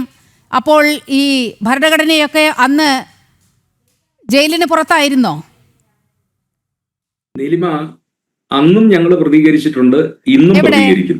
ആര് പ്രതികരിച്ചു? അല്ല, എന്നെ ഒന്നും പറയാൻ അനുവദിക്കുന്നില്ല, അതല്ലേ എൻ്റെ ഒരു മര്യാദ. ഈ നീലിമയും ബഹുമാന്യായ BJP-യുടെ നേതാവ് എൻ്റെ സുഹൃത്ത് രഞ്ജിത്തും നിങ്ങൾ പറയുന്നത് കേട്ട് കഴിഞ്ഞാൽ ഈ ആളുകളെ ചോദ്യം ചെയ്തത് പോലീസ് അല്ല. അതാദ്യം നിങ്ങൾ മനസ്സിലാക്കുക. ഇവിടെ നടന്ന മനുഷ്യാവകാശ ലംഘനം they are not questioned by police. ഇവരെ ബജറംഗ് ദളിന്റെ ജ്യോതി ശർമ്മയുടെ നേതൃത്വത്തിലുള്ള ആളുകൾ വളഞ്ഞു വെക്കുകയാണ്. അവിടെയാണ് നിങ്ങൾ മനസ്സിലാക്കേണ്ടത്. അത് തെറ്റാണ് അഡ്വക്കേറ്റ് സേനാപതി വേണു. ആദ്യം RPF-ന്റെ ശ്രദ്ധയിലേക്കാണ് ഇത് വരുന്നത്, റെയിൽവേ പോലീസിന്റെ ശ്രദ്ധയിലേക്കാണ് ഇത് വരുന്നത്. അത് റെയിൽവേ സ്റ്റേഷനിൽ വലിയ പ്രശ്നം ഉണ്ടായപ്പോഴാണ് അവിടെ ഈ നിർബന്ധിത മതപരിവർത്തനം എന്ന് പറയുന്നത് അവിടെ വ്യാപകമാണ്. സ്വാഭാവികമായും അവിടെ ഇടപെടൽ ഉണ്ടായിട്ടുണ്ട്. ടിക്കറ്റുമായിട്ട് യാത്ര ചെയ്യുന്നതാണോ, അവർ പ്രായപൂർത്തിയായവരാണോ? ടിക്കറ്റ് എവിടെയാണെന്ന് ചോദിച്ചപ്പോ അപ്പുറത്തുള്ള കന്യാസ്ത്രീകളുടെ കയ്യിലാണ്, ഞങ്ങൾ അവരോടൊപ്പം യാത്ര ചെയ്യുന്നവരാണ്. ഈ വിഷയമാണ് റെയിൽവേ പോലീസിനോട് പറഞ്ഞത്. റെയിൽവേ പോലീസ് അതിനുശേഷം മറ്റൊരു നടപടിയും സ്വീകരിച്ചില്ല. അവർക്ക് ഈ കാര്യത്തിൽ വിശ്വാസ്യതയുണ്ട്. അപ്പോഴാണ് റെയിൽവേ പോലീസിന് സംശയം തോന്നിന്റെ അടിസ്ഥാനത്തിലാണ് ഇവരെ ചോദ്യം ചെയ്യുന്നത്. അല്ല, എന്താന്നേ അവരെ ചോദ്യം ചെയ്യാനുള്ള കാര്യം? സേനാപതി വേണു, തൃശൂർ റെയിൽവേ സ്റ്റേഷനിലും നടന്നത് അത് തന്നെയാണ്. രഞ്ജിത്തെ, എന്റെ ചോദ്യം, രഞ്ജിത്തെ, പ്രായപൂർത്തിയായ ട്രെയിനിൽ കയറാനായിട്ട് വരുമ്പോൾ കേരളത്തിലെ ഒരു റെയിൽവേ സ്റ്റേഷനിൽ സംശയാസ്പദമായി സ്ത്രീകൾ നിൽക്കുന്ന സമയത്ത് സ്വാഭാവികമായും റെയിൽവേ പോലീസ് ചോദ്യം ചെയ്യാറുണ്ട്. അല്ല എന്താണ് ഈ അങ്ങനെ ചോദ്യം ചെയ്തിട്ടാണല്ലോ തൃശ്ശൂരിൽ ഈ പറയുന്ന 10 കുട്ടികളെയും കൊണ്ട് വന്ന 2 കന്യാസ്ത്രീകൾ അറസ്റ്റ് ചെയ്യേണ്ടി വന്നത്. ഞാൻ ചോദിക്കുന്നേ, അങ്ങ് തൃശ്ശൂർ റെയിൽവേ സ്റ്റേഷനിൽ അങ്ങയുടെ സഹോദരിമാരോ അങ്ങയുടെ ഭാര്യയോ 4-5 പേര് നിൽക്കുന്നു. എന്താണ് ഈ സംശയാസ്പദമായ സാഹചര്യം? അവരുടെ കയ്യിൽ ബോംബില്ല, നിരോധിതമായ സാധനങ്ങളൊന്നുമില്ല. അവർ പറയുന്നത് ഞങ്ങളുടെ ടിക്കറ്റ് ഞങ്ങളുടെ കൂട്ടത്തിലുള്ള ആളുകളുടെ കയ്യിലുണ്ട്. റെയിൽവേ പോലീസ് അതിന് സംതൃപ്തരാണ്. റെയിൽവേ പോലീസ് ജ്യോതി ശർമ്മയുടെ അതുകൊണ്ട് തന്നെ അത്തരത്തിലുള്ള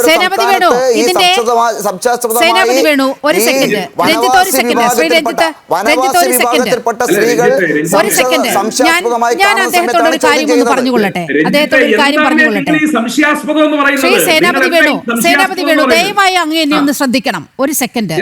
ഈ ബസ്തർ മേഖലയിൽ നിന്നാണ് ഈ പെൺകുട്ടികൾ വരുന്നത്. ബസ്തർ നാരായൺപൂർ എന്ന് പറയുന്ന ആ മേഖലയെക്കുറിച്ച് ഒരു അഭിഭാഷകനായ താങ്കളോട് അധികം പറഞ്ഞു തരേണ്ട കാര്യമില്ലല്ലോ. അവിടെ വലിയ മാവോയിസ്റ്റ് സാന്നിധ്യം. ഒരു സെക്കൻഡ് ഞാനൊന്ന് പറഞ്ഞുകൊള്ളട്ടെ. അവിടെ അതിശക്തമായ മാവോയിസ്റ്റ് സാന്നിധ്യമുള്ള മേഖലയാണ്.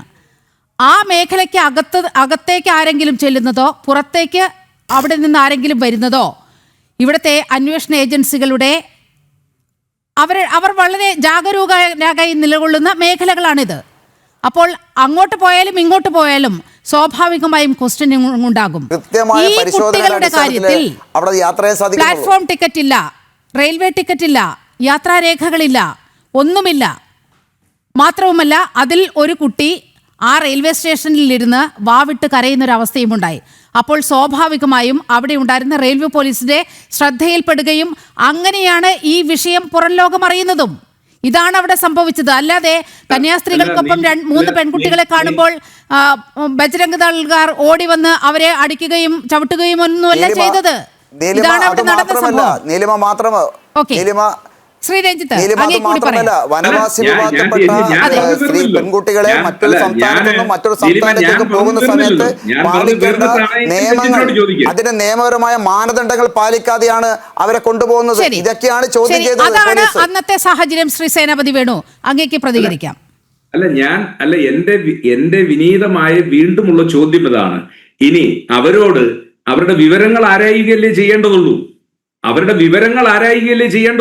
അതല്ലാതെ ജ്യോതി ശർമ്മ പറഞ്ഞു കഴിഞ്ഞാൽ അന്നേരെ മനുഷ്യക്കടത്തിന് കേസെടുക്കുക, അന്നേരെ മതപരിവർത്തനത്തിന് കേസെടുക്കുക. ഇവരെത്രയോ വർഷങ്ങൾക്ക് മുമ്പേ ക്രിസ്ത്യാനികളായ ആളുകളാണ്. ഇവിടുത്തെ പ്രശ്നം ശ്രീ രഞ്ജിത്ത് മനസ്സിലാക്കേണ്ടത് ആൾക്കൂട്ട വിചാരണയുടെ പേരിൽ ബജറംഗ ദളുകാർ 2021 ഈ വൈദികരെ പിടിച്ച് 11 മാസം അകത്തിട്ട കോൺഗ്രസ് സർക്കാരിന്റെ ചെയ്തിയെ കുറിച്ച് താങ്കൾ ഇപ്പോഴും ആ പോയിന്റിലേക്ക് ഒന്ന് വരൂ. നിങ്ങളുടെ കാലത്ത് അങ്ങനെ നടന്നിട്ടില്ല. അവരെ ആരെയെങ്കിലും ബജറംഗ ദളുകാർ പിടിച്ച് വളഞ്ഞതിന് ശേഷം അവരുടെ ചെവിക്കുറ്റി കടി കൊടുത്ത് പോലീസിനെ കൊണ്ട് FIR എടുപ്പിക്കുമെന്നല്ലോ ചെയ്തത്. ആണോ ചെയ്തത്? ഇവിടുത്തെ പ്രശ്നം എന്താ? ഇവിടുത്തെ പ്രശ്നം അതാണെന്നേ. ഇവിടെ പൊതുസമൂഹത്തിന്റെ മുമ്പിൽ നമ്മൾ കാണുന്ന കാഴ്ച, ട്രെയിനിൽ യാത്ര ചെയ്യാൻ വന്ന ആളുകളെ, ഇനിയിപ്പോ അവരുടെ ടിക്കറ്റ് ഇല്ല എങ്കിൽ അതിനുള്ള ബാക്കി തുടർ നടപടിയല്ലേ സ്വീകരിക്കേണ്ടത്. അതല്ലാതെ അവരെ വളഞ്ഞു വെച്ചതിന് ശേഷം ബജറംഗ ദളിന്റെ ആളുകൾ പറയുന്ന രീതിയിൽ മൊഴിയെടുത്ത് കേസെടുക്കുക എന്ന് പറഞ്ഞാൽ, ഇനി ഇവിടെ അങ്ങ് ചോദിച്ച ഒരു ചോദ്യമുണ്ട്, അത് തന്നെ ഞാൻ വീണ്ടും ആവർത്തിക്കുന്നു. പിറ്റേ ദിവസം അവർക്ക് ജാമ്യം കിട്ടണമായിരുന്നു. പിറ്റേ ദിവസം ദുർഗ് കോടതിയിൽ ജുഡീഷ്യൽ ഫസ്റ്റ് ക്ലാസ് മജിസ്ട്രേറ്റ് കോടതിയിൽ ജാമ്യാപേക്ഷ സമർപ്പിക്കപ്പെട്ടു. ആ ജാമ്യാപേക്ഷ തള്ളി. എന്താ കാരണം? അതിന്റെ പിറ്റേ ദിവസം ഇത് സെഷൻസ് കോടതിയിൽ ജാമ്യാപേക്ഷ സമർപ്പിക്കപ്പെട്ടു. അവർക്ക് ജാമ്യം പിറ്റേ ദിവസം കിട്ടുന്നതാണെങ്കിൽ അവിടുന്ന് ജാമ്യം കിട്ടേണ്ടതല്ലേ? എന്തേ ജാമ്യം കൊടുക്കാത്തത്? അപ്പോ ഇത് വളരെ പർപ്പസ്ഫുൾ ആയി ഇവരെ അതീവ ഗുരുതരമായ കേസ്, അത് അവർക്ക് വേണ്ടി ഹാജരായ അഭിഭാഷകന്റെ പ്രശ്നമായിരിക്കാം. ശ്രീ കെന്നഡിയിലേക്കൊന്ന് പോവുകയാണ്. ശ്രീ കെന്നഡി, സെഷൻസ് കോടതിയിൽ എത്തിയപ്പോഴാണ് ഇത് NIA കോടതിയുടെ പരിധിയിൽ വരുന്ന വിഷയമാണ് എന്നുള്ളത് അവിടെ കന്യാസ്ത്രീകൾക്ക് വേണ്ടി ഹാജരായ അഭിഭാഷകർക്ക് പോലും മനസ്സിലാകുന്നത് എന്നാണ് മനസ്സിലാകുന്നത്. ശ്രീ കെന്നഡി, ഒപ്പം തന്നെ അങ്ങേക്ക് കേൾക്കാമോ? ശ്രീ കെന്നഡി, അങ്ങേക്ക് കേൾക്കാമോ?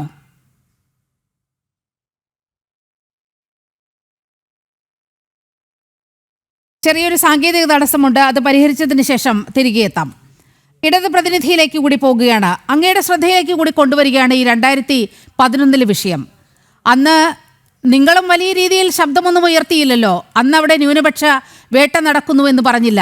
കാരണം ഇത് ഇന്നത്തെ ഒരു പ്രത്യേക സാഹചര്യത്തിൽ, കേരളത്തിൻ്റെ ഒരു പ്രത്യേക രാഷ്ട്രീയ അന്തരീക്ഷത്തിൽ ഇത് ഇങ്ങനെ പൊലിപ്പിച്ച് നിർത്തേണ്ടത് നിങ്ങളുടെ രാഷ്ട്രീയ ആവശ്യമാണ്. അതാണ് ഇപ്പോൾ ഉയർന്നു വന്നിരിക്കുന്ന വിമർശനം.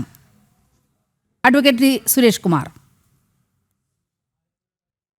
ഞങ്ങൾ ശബ്ദമുയർത്തിയില്ല എന്ന മുൻവിധിയിലേക്ക് താങ്കൾ ഏത് അടിസ്ഥാനത്തിലാണ് എത്തുന്നത് എന്നതിനെ സംബന്ധിച്ച് എനിക്കറിയില്ല. ഈ ഇന്ത്യയിലെ 8 സംസ്ഥാനങ്ങളിൽ നിർബന്ധിത മതപരിവർത്തന നിയമം പാസ്സാക്കിയിട്ടുണ്ട്. ഈ 8 സംസ്ഥാനങ്ങളിൽ 4 സംസ്ഥാനങ്ങളിലും ഈ നിർബന്ധിത മതപരിവർത്തന നിയമം പാസ്സാക്കിയത് ഇന്ത്യൻ നാഷണൽ കോൺഗ്രസിൻ്റെ നേതൃത്വത്തിലുള്ള ഭരണമുണ്ടായിരുന്ന സന്ദർഭത്തിലാണ്. മധ്യപ്രദേശ്, ഛത്തീസ്ഗഡിൻ്റെ പഴയ രൂപമായിരുന്ന മധ്യപ്രദേശിൽ 1968 എനിക്ക് തോന്നുന്നത്, എൻ്റെ ഓർമ്മ, ഈ നിർബന്ധിത മതപരിവർത്തന നിയമം അവിടെ പാസ്സാക്കി. അത് കഴിഞ്ഞ് സംസ്ഥാനം പുതുതായി രൂപീകരിക്കപ്പെടുമ്പോൾ, ഛത്തീസ്ഗഡ് എന്ന സംസ്ഥാനം പുതുതായി രൂപീകരിക്കപ്പെടുമ്പോൾ അവിടെ അജിത് ജോഗിയായിരുന്നു മുഖ്യമന്ത്രി. അദ്ദേഹത്തിൻ്റെ സമയത്തും ഈ നിയമം വളരെ ആ പഴയ രൂപത്തിൽ തന്നെ കൊണ്ടുപോയി. പിന്നീട് നിങ്ങൾ നേരത്തെ സൂചിപ്പിച്ച ഭൂപേഷ് ബാഗൽ അവിടെ മുഖ്യമന്ത്രിയായിരിക്കുമ്പോൾ വലിയ മതന്യൂനപക്ഷങ്ങൾക്കെതിരെ, പ്രത്യേകിച്ച് ക്രൈസ്തവ സമൂഹത്തിനെതിരെ വലിയ നരനായാട്ടാണ് ആ സംസ്ഥാനത്ത് നടന്നത്. ഇതെല്ലാം ചരിത്രമാണ്. രമൺ സിംഗ് മുഖ്യമന്ത്രിയായി, BJPയുടെ നേതാവ് രമൺ സിംഗ് മുഖ്യമന്ത്രിയായി വരുമ്പോൾ ആ നിയമത്തിനകത്ത് കൂടുതൽ കാഠിന്യമേറിയ ഉപവകുപ്പുകൾ ചേർത്തുകൊണ്ട് ക്രൈസ്തവ വേട്ടയ്ക്ക് കൂടുതൽ വളരെ കുറച്ചുകൂടെ ആർജവത്തോടുകൂടി ഭരണാധികാരികൾ മുന്നോട്ട് പോകുന്ന ഒരു പ്രവണതയുണ്ടായി. ഈ കാര്യത്തിനകത്ത് മൃദു ഹിന്ദുത്വ സമീപനം സ്വീകരിക്കുന്ന കോൺഗ്രസും തീവ്ര ഹിന്ദുത്വ സമീപനം സ്വീകരിക്കുന്ന BJP RSS സംഘങ്ങളും ഈ ക്രൈസ്തവരെ വേട്ടയാടുകയാണ്. വേട്ടയാടുന്നതിൻ്റെ കാരണം എന്താണ്? അവിടുത്തെ ഗ്രാമാന്തരങ്ങളിൽ പാർശ്വവൽക്കരിക്കപ്പെട്ട പട്ടികജാതി ജനവിഭാഗത്തിൻ്റെ, പട്ടികവർഗ ജനവിഭാഗത്തിൻ്റെ ജീവിതം ദുരിതപൂർണമാണ്. ചെളിക്കയങ്ങളിലാണ് അവർ ജീവിക്കുന്നത്. അവർക്ക് കുളിപ്പിച്ച് നല്ല വസ്ത്രം നൽകി, നല്ല ഭക്ഷണം നൽകി, അവരെ സ്കൂളുകളിലേക്ക് കൊണ്ടുപോകുന്നതിന് വേണ്ടി, അവരുടെ ജീവിതം കരുപ്പിടിപ്പിക്കുന്നതിന് വേണ്ടി ഈ മാലാഖമാരായിട്ടുള്ള വ്യക്തിപരമായി നല്ല സുഖസൗകര്യങ്ങളോട് കൂടി ജീവിച്ച ഈ കന്യാസ്ത്രീ പട്ടമണിഞ്ഞ അമ്മമാർ, സഹോദരിമാർ ഈ പ്രദേശങ്ങളിൽ ചെന്ന് അവർക്ക് വേണ്ടി ജീവിക്കുകയാണ്. അവരുടെ ദുരിതപൂർണമായ വാർത്തകൾ പുറത്തു കൊണ്ടുവരികയാണ്. ഇതിൽ പ്രതിഷേധിച്ചുകൊണ്ടാണ്, അല്ലെങ്കിൽ ഇത് വാർത്ത പുറത്തു വരരുതെന്ന നിർബന്ധ ബുദ്ധിയാണ് ഭരണവർഗത്തെ എപ്പോഴും ക്രൈസ്തവ പുരോഹിതരെ ഈ മേഖലയിൽ നിന്നും ആട്ടിപ്പായിക്കുന്നതിന് ഭരണാധികാരികൾ നേതൃത്വം നൽകുന്നത്. ഇതാണ് അവിടുത്തെ വസ്തുത. ഈ വസ്തുത നിങ്ങൾ എത്ര കാലം മറച്ചു പിടിക്കും? അതിന് നിങ്ങൾ പറയുന്ന കള്ളം, ഇത് പച്ചക്കള്ളമാണെന്ന് ബസ്തർ ബിഷപ്പ് തന്നെ ഇന്ന് ജന TV-ക്ക് നൽകിയ അഭിമുഖത്തിൽ പറഞ്ഞിരിക്കുകയാണ്. അവിടെ വളരെ കൃത്യമായി ക്രൈസ്തവ സഭയെ സർക്കാരിന്റെ പല പദ്ധതികളും ഏൽപ്പിക്കുന്നുണ്ട്. നമുക്കറിയാം, സർക്കാരിന്റെ ഈ അടുത്ത കാലത്ത് വരെ സർക്കാരിന്റെ ഒരു സംവിധാനവും കടന്നു ചെല്ലാൻ കഴിയാത്ത മേഖലകൾ നമ്മുടെ മുന്നിലുണ്ടായിരുന്നു. ബസ്തർ പോലെയുള്ള മേഖലകൾ. ഞാൻ ഒരു മിനിറ്റ് ഞാൻ തിരികെ എത്താം. ശ്രീ കെന്നഡി, നിർബന്ധിത മതപരിവർത്തന നിയമം പാസ്സാക്കിയിട്ടുണ്ടോ ഇല്ലയോ? പറയുന്നില്ലല്ലോ. അതായത് ഗാന്ധിജിയാണ് ആദ്യം പറഞ്ഞത്. ഒരു സെക്കൻഡ്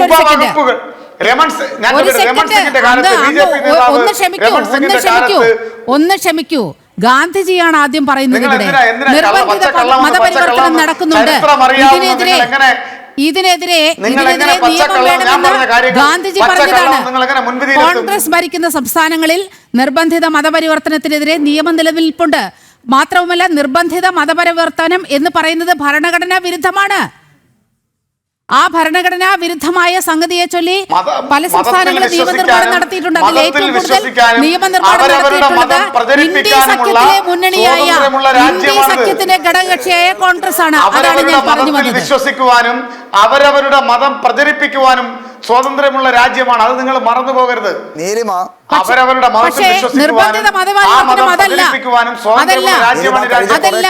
നിർബന്ധിത മതപരിവർത്തനം എന്ന് പറയുന്നത് മറ്റു തലമാണ്. തീവ്ര ഹിന്ദുത്വ ആശയങ്ങൾ ജ്യോതി ശർമ്മയ്ക്ക് പോലുള്ള ആളുകൾക്ക് വിരാജിക്കാനുള്ള നാടല്ല ഇത്. ഈ നാട് മതനിരപേക്ഷതയുടെ നിങ്ങളുടെ സ്ലോഗനാണ്, നിങ്ങളുടെ മോട്ടോയാണ്. ശരി, സമ്മതിച്ചു. ഒരു സെക്കൻഡ് ശ്രീ കെന്നഡിയിലേക്ക് ഒന്ന് പോകണം. സാങ്കേതിക തടസ്സം മൂലം അദ്ദേഹത്തിന്റെ അടുത്ത് പലവട്ടം എനിക്കൊന്ന് പോകാൻ കഴിഞ്ഞില്ല. ശ്രീ കെന്നഡി, ശ്രീ രഞ്ജിത്ത്, ഞാൻ തിരികെ എത്താം. ഒരു മിനിറ്റ് പറയൂ.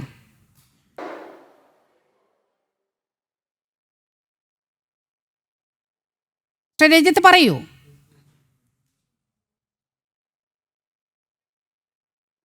നീലിമ, കഴിഞ്ഞ കുറേ കാലങ്ങളായി കേരളത്തിലെ കോൺഗ്രസും കമ്മ്യൂണിസ്റ്റ് പാർട്ടികളും പടച്ചുകൊണ്ടിരിക്കുന്ന ഒരു ഇതാണ്, രണ്ട് മുട്ടനാടുകളെ തമ്മിലടിപ്പിച്ച് ചോര കുടിക്കാൻ ശ്രമിക്കുന്ന ആ റോളിലാണ് കോൺഗ്രസ്സുകാരനും കമ്മ്യൂണിസ്റ്റുകാരനും ഇപ്പോൾ ഉള്ളത്.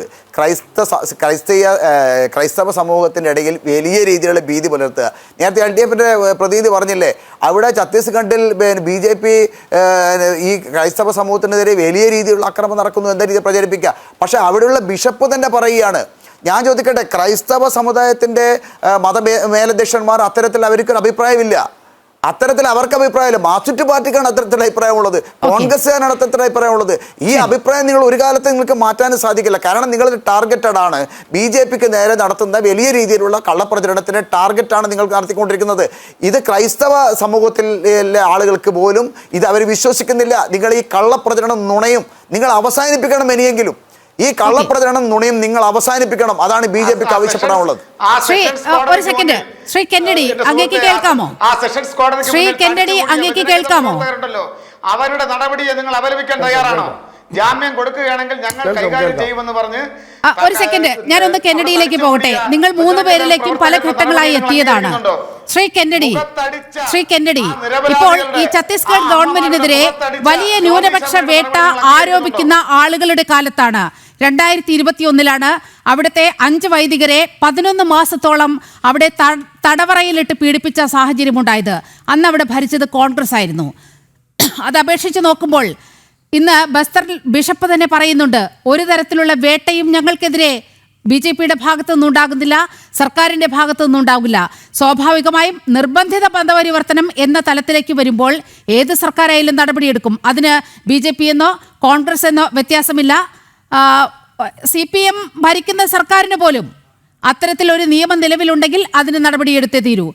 മതപരിവർത്തനവും നിർബന്ധിത മതപരിവർത്തനവും രണ്ടും രണ്ടാണ്. ആ തലത്തിൽ മാത്രമേ അതിനെ കാണാൻ കഴിയുള്ളൂ. ശ്രീ കെന്നഡി അങ്ങേക്ക് തുടരാം.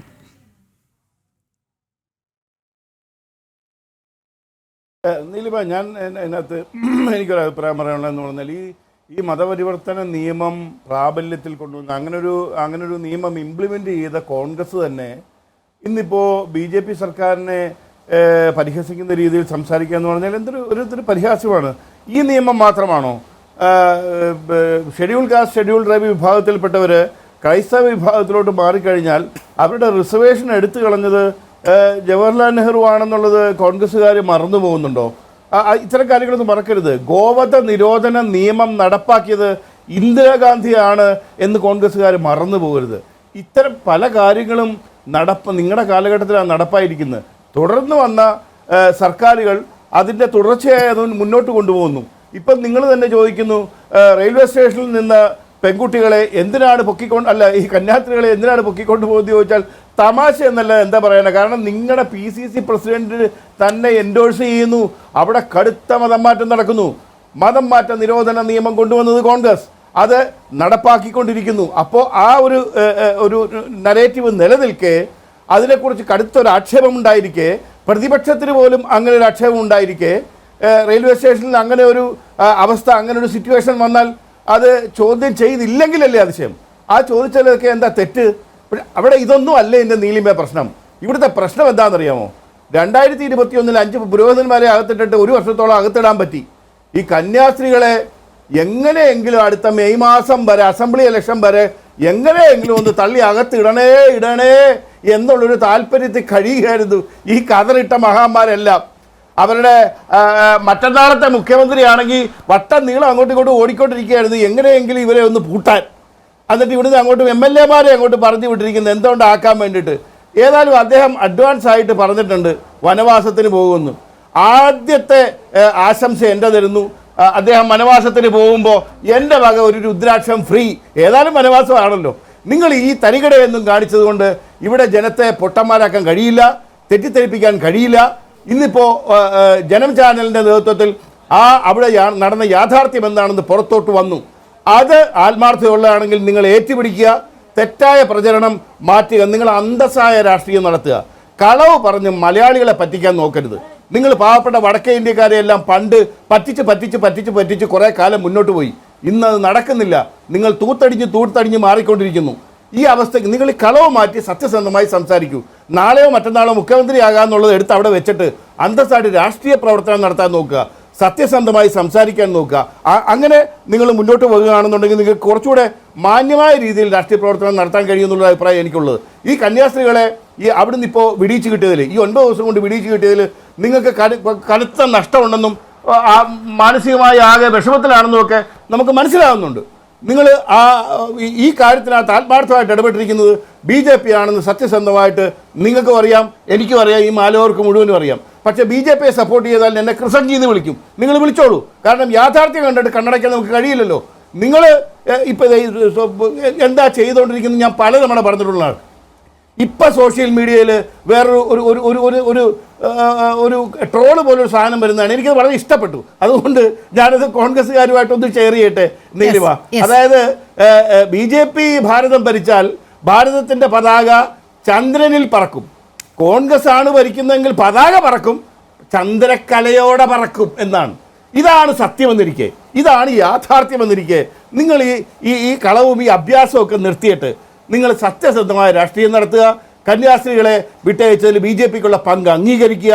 അവരാണ് അതിനു വേണ്ടി ബുദ്ധിമുട്ടിയത്, അവരാണ് അതിനു വേണ്ടി കഷ്ടപ്പെട്ടവരെ അംഗീകരിക്കുക, രാഷ്ട്രീയ പ്രവർത്തനം തുടരുക. നീലിമ, ക്രിസ്ത്യൻ കൗൺസിലിന്റെ പ്രതിനിധി കെന്നഡി പറഞ്ഞ ആ പോയിന്റിൽ നിന്ന് തുടങ്ങുകയാണ്. ശ്രീ സേനാപതി വേണു, അദ്ദേഹം പറഞ്ഞത് അങ്ങ് ശ്രദ്ധിച്ചു കാണുമെന്ന് വിശ്വസിക്കുന്നു. വളരെ കൃത്യമായി BJPയുടെ ഇടപെടൽ, കേന്ദ്ര സർക്കാരിൻ്റെ ഇടപെടൽ, ഛത്തീസ്ഗഡ് ഗവൺമെന്റിന്റെ ഇടപെടൽ, ഇതാണ് കന്യാസ്ത്രീകളുടെ മോചനത്തിലേക്ക് നയിച്ച ഏറ്റവും പരമപ്രധാനമായ വസ്തുത. ഇക്കാര്യം CBCIയുടെ പ്രതിനിധികൾ വളരെ കൃത്യമായി മാധ്യമങ്ങൾക്ക് മുന്നിൽ പറഞ്ഞു. തൃശൂർ അതിരൂപത പറഞ്ഞു, മാർ ജോസഫ് പാംബ്ലാനി പറഞ്ഞു. ഒപ്പം തന്നെ ക്രൈസ്തവ സഭയിൽ ഇത് സംബന്ധിച്ച് ഒരു ഭിന്നിപ്പുണ്ടാക്കാൻ ചില നീക്കങ്ങളൊക്കെ നടന്നു. പക്ഷേ അതും പൊളിഞ്ഞിരിക്കുകയാണ്. ഇന്ന് കോഴിക്കോട് താമരശ്ശേരി അതിരൂപതയുമായി ചേർന്ന് ഒരു പ്രതിഷേധ പരിപാടിക്ക് ആഹ്വാനമുണ്ടായിരുന്നു. പക്ഷേ താമരശ്ശേരി അതിരൂപത അതിൽ നിന്ന് പിന്മാറുന്ന ഒരു സാഹചര്യമൊക്കെ ഉണ്ടായി. അപ്പോൾ നിങ്ങളുടെ തെറ്റിദ്ധരിപ്പിക്കൽ സഭയെ ഒരു തരത്തിലും സ്വാധീനിക്കുന്നില്ല എന്നതാണ് വാസ്തവം. യഥാർത്ഥത്തിൽ അവിടെ നടന്നത് ഈ 2 കന്യാസ്ത്രീകളെ പുറത്തിറക്കാൻ ആരാണ് സഹായിച്ചത്, ഏത് മെഷീനറിയാണ് വർക്ക് ചെയ്തത് എന്നുള്ള കാര്യം ക്രൈസ്തവ സമൂഹത്തിനും അങ്ങേയറ്റം ബോധ്യമായിട്ടുണ്ട് എന്നാണ് ഇപ്പോഴത്തെ സംഭവവികാസങ്ങൾ സൂചിപ്പിക്കുന്നത്.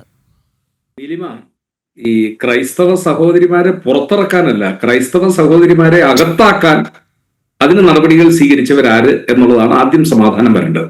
ഒരാളെ കിണറ്റിൽ തള്ളിയിട്ട് അവൻ മരണാസന്നനായി കൈയും കാലും ഇട്ടടിക്കുമ്പോൾ കയറിട്ട് കൊടുത്തിട്ട് അവനെ രക്ഷപ്പെടുത്തിയിട്ട് കിണറ്റിൽ ചാടിയവനെ ഞങ്ങൾ രക്ഷപ്പെടുത്തി എന്ന് പറയുന്നത് പോലെ വഴിയെ പോയ 2 കന്യാസ്ത്രീകളെ അപ്പോൾ 2021 അത് ബാധകമല്ലേ ശ്രീ സേനാപതി?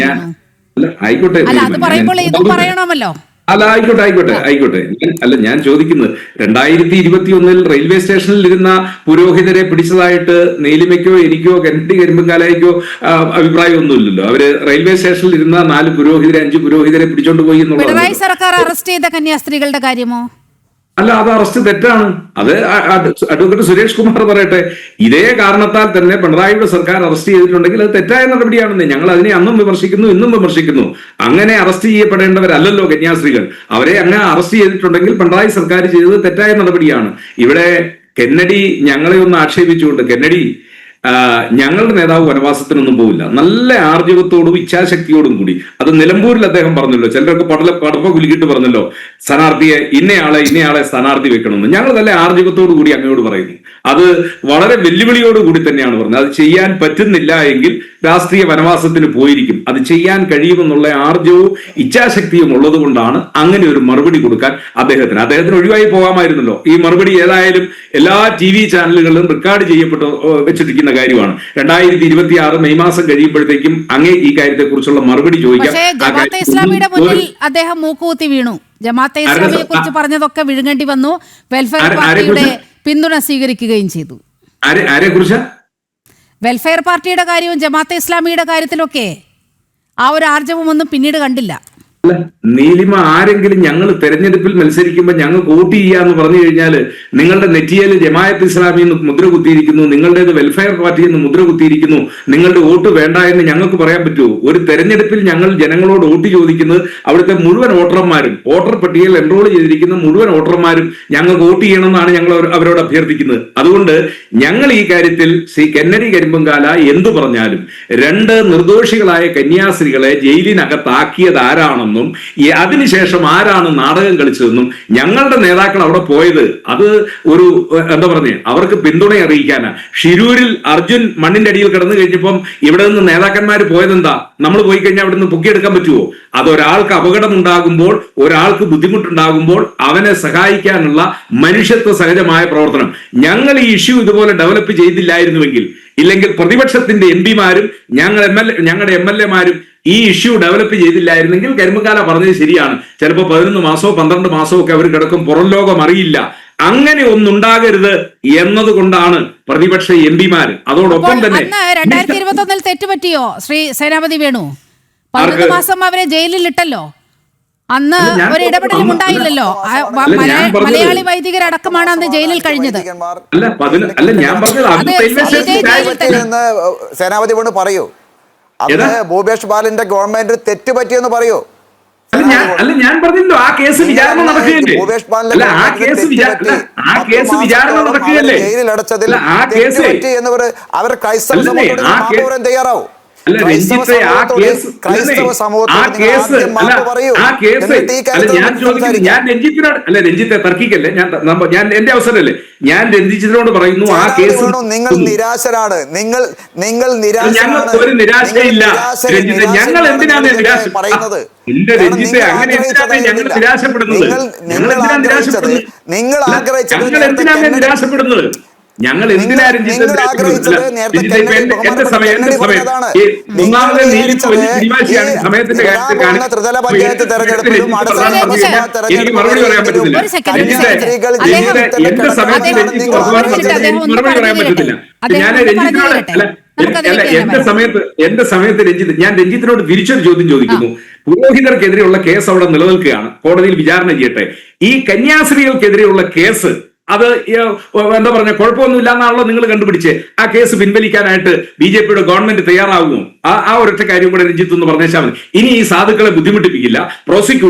ഞങ്ങൾ പ്രോസിക്യൂഷനിൽ ഗവൺമെന്റിൽ നിക്ഷിപ്തമായിരിക്കുന്ന അധികാരം ഉപയോഗിച്ചുകൊണ്ട് we are withdrawing the FIR. ഇങ്ങനെ ഒരു കേസ് നടന്നിട്ടില്ലാത്തതുകൊണ്ട് ഞങ്ങൾ FIR റദ്ദാക്കാനായിട്ട് പോകുന്നു.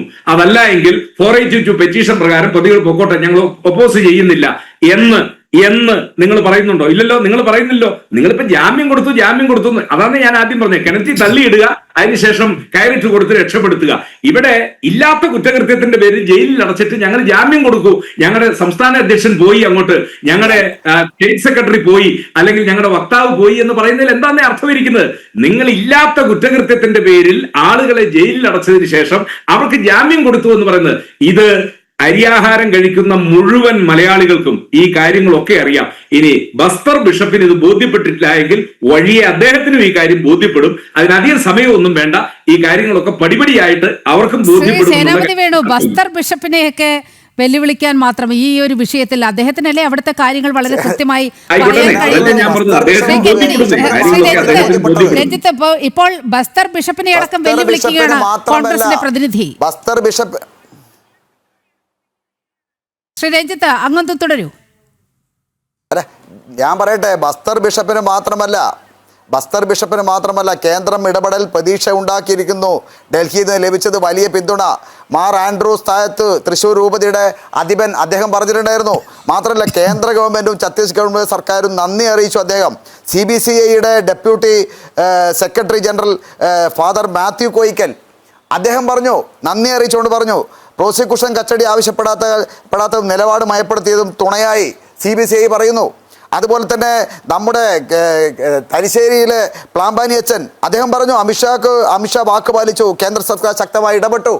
ഇതൊക്കെ ക്രൈസ്തവ പുരോഹിതന്മാർ പറയുന്ന വാക്കുകളാണ്, കോൺഗ്രസ്സുകാരും കമ്മ്യൂണിസ്റ്റുകാരും പറയുന്ന വാക്കുകളല്ല. അതാണ് ഞാൻ നേരത്തെ പറഞ്ഞത്. സേനാപതി വേണു, നിങ്ങൾ നിരാശരാണ്. കാരണം നേരത്തെ ബഹുമാനപ്പെട്ട കെന്നഡി പറഞ്ഞതിനടുക്കാണ് ഞാൻ എത്തുന്നത്. അദ്ദേഹം പറഞ്ഞിട്ടുണ്ടോ, എന്താ പറഞ്ഞത്? അദ്ദേഹം നിങ്ങൾ വിചാരിച്ചിരിക്കുന്നത് അടുത്ത ത്രിതല പഞ്ചായത്ത് തെരഞ്ഞെടുപ്പും അടുത്ത നിയമസഭാ തെരഞ്ഞെടുപ്പ് വരെയെങ്കിലും ഈ കന്യാസ്ത്രീകൾ ജയിലിൽ തന്നെ കിടക്കണം എന്നാണ് നിങ്ങൾ ആഗ്രഹിച്ചത്. കാരണം നിങ്ങൾക്ക് ഇതിങ്ങനെ പ്രചരണായുധമാക്കി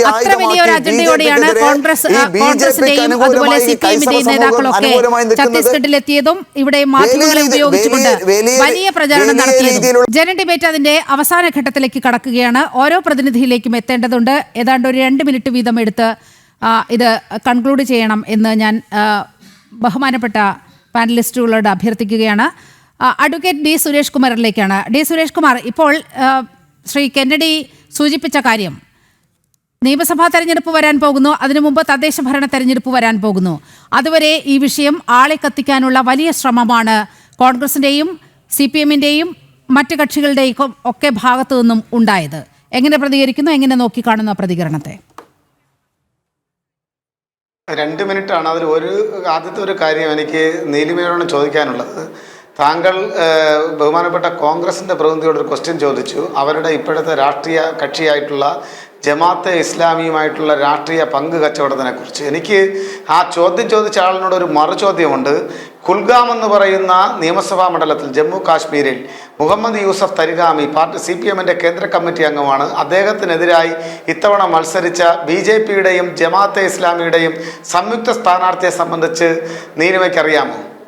ആ രാഷ്ട്രീയ അപവാദ സഖ്യത്തെ സംബന്ധിച്ച് എന്തെങ്കിലും നിങ്ങൾക്കറിയാമോ? ഇത്തരത്തിലുള്ള രാഷ്ട്രീയ പൊറാട്ട് നാടകങ്ങൾ കേരളത്തിൽ മാത്രമല്ല ഇന്ത്യയിലെമ്പാടും തരാതരം പോലെ BJP-യും കൂട്ടുകൂടുന്നുണ്ട് എന്ന് ഓർമ്മിപ്പിക്കാനാണ് ഞാൻ ആ കാര്യം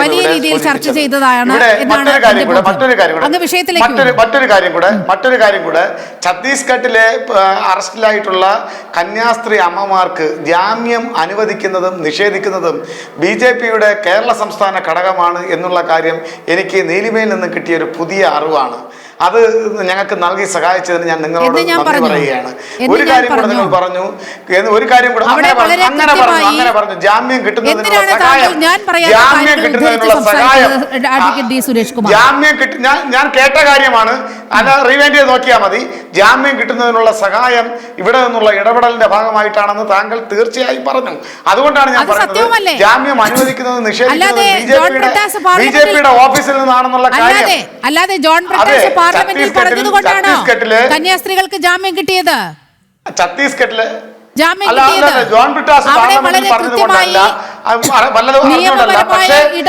കോടതി ജാമ്യം അനുവദിച്ചതെന്നാണ് ഞങ്ങൾ കരുതിയത്. ഈ ചാർത്തപ്പെട്ടിരിക്കുന്ന കുറ്റകൃത്യങ്ങൾ ഞാൻ പറയാൻ അനുവദിക്കൂ. ചാർത്തപ്പെട്ടിരിക്കുന്ന അല്ലല്ല, നിങ്ങൾ ഈ അവസാന സമയത്ത് ഇടയ്ക്ക് കയറി പറയാൻ അനുവദിക്കാതിരിക്കുന്ന രീതി ശരിയല്ല. ചാർത്തപ്പെട്ടിരിക്കുന്ന FIR-ൽ പറഞ്ഞിരിക്കുന്ന കുറ്റകൃത്യങ്ങൾ നടന്നിട്ടില്ല എന്ന് കോടതിക്ക് പ്രഥമ ദൃഷ്ട്യാ ബോധ്യപ്പെട്ടതിൻ്റെ അടിസ്ഥാനത്തിലാണ് NIA കോടതി ജാമ്യം അനുവദിച്ചതെന്നാണ് ഞങ്ങൾ കരുതിയിരുന്നത്. പക്ഷേ നീലിമ പറഞ്ഞത് BJP-യുടെ സംസ്ഥാന ഘടകത്തിന്റെ ഇടപെടൽ മൂലമാണ് ജാമ്യം കിട്ടിയതെന്നാണ്. ജാമ്യം നിഷേധിക്കുന്നതും ജാമ്യം അനുവദിക്കുന്നതും BJP സംസ്ഥാന ഘടകത്തിന്റെ ഇടപെടൽ മൂലമാണ്. പുതിയ അറിവാണ്. ഒരൊറ്റ കാര്യം CBCIയുടെ പ്രതിനിധിയാണ് പറഞ്ഞത്. ഇടപെട്ട കേന്ദ്ര സർക്കാരിനും BJP നേതൃത്വത്തിനും രാജീവ് ചന്ദ്രശേഖറിനും നന്ദി എന്ന് പറഞ്ഞത് CBCIയുടെ പ്രതിനിധിയാണ്. CBCIയുടെ മറുപടിയുണ്ട്.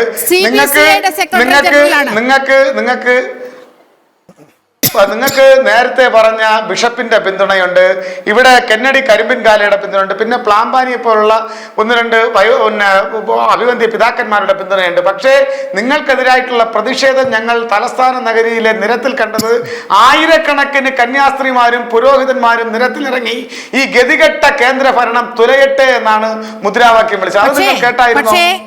അത് നിങ്ങൾ കേട്ടായിരുന്നു? ആയിരക്കണക്കിന് വരുന്ന പുരോഹിതരും ക്രൈസ്തവ വിശ്വാസികളും താമരശ്ശേരി അതിരൂപതയും അങ്ങനെയുള്ള 1-2 ആളുകൾ നിങ്ങൾക്ക് പിന്തുണ പ്രഖ്യാപിച്ചിട്ടുണ്ട്. വർഗവഞ്ചകർ, യൂദാസുമാർ നിങ്ങൾക്ക് പിന്തുണ പ്രഖ്യാപിച്ചിട്ടുണ്ട്. ഞങ്ങൾ സമ്മതിക്കുകയാണ്. ആയിക്കോട്ടെ, എനിക്ക് അങ്ങനെ കൂടുതൽ സംസാരിക്കണമെന്നില്ല. പക്ഷേ ജ്യോതി ശർമ്മയെ പിന്തുണയ്ക്കുന്ന നിങ്ങളുടെ കാലം നിങ്ങൾക്കുള്ള കരുതൽ കരുതി വെച്ചിട്ടുണ്ട്. അത് വാങ്ങാൻ നിങ്ങളുടെ പ്രത്യയശാസ്ത്രം തയ്യാറായിക്കൊള്ളുക. ആ നിരപരാധികളുടെ മുഖത്തടിച്ച ജ്യോതി ശർമ്മയ്ക്ക് നിങ്ങൾ നൽകുന്ന പിന്തുണയുണ്ടല്ലോ, നിങ്ങൾ നൽകുന്ന പിന്തുണയുണ്ടല്ലോ, അതൊരു പ്രത്യയശാസ്ത്ര പിന്തുണയാണ്, വിചാരധാരയുടെ പിന്തുണയാണ്. ഇങ്ങനെ ക്രൈസ്തവ സഭകളെ വിശ്വാസത്തിലെടുക്കാൻ വളരെ കൃത്യമായി ബി ജെ പിക്കും ഇവിടെ കേന്ദ്ര സർക്കാരിനും സാധിച്ചിട്ടുണ്ട്. അങ്ങയുടെ മറുപടി നിങ്ങൾ നൽകിക്കൊള്ളുക. അങ്ങയുടെ മറുപടി നിങ്ങൾക്ക് ചില നീതികൾ കരുതി വെച്ചിട്ടുണ്ട്.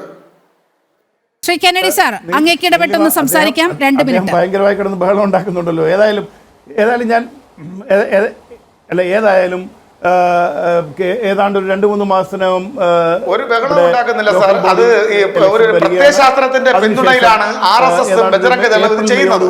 ആ പ്രത്യയശാസ്ത്ര പിന്തുണ ഏതാണെന്ന് കേട്ട് കഴിഞ്ഞാൽ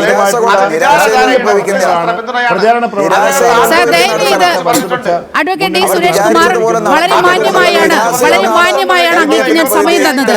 ഇനി ഇതിൽ ഇടപെട്ട് സംസാരിച്ചാൽ താങ്കളുടെ ശബ്ദം മ്യൂട്ട് ചെയ്യേണ്ടി വരും. അതാണ് ഞങ്ങളുടെ മുന്നിലുള്ള ഏക വഴി.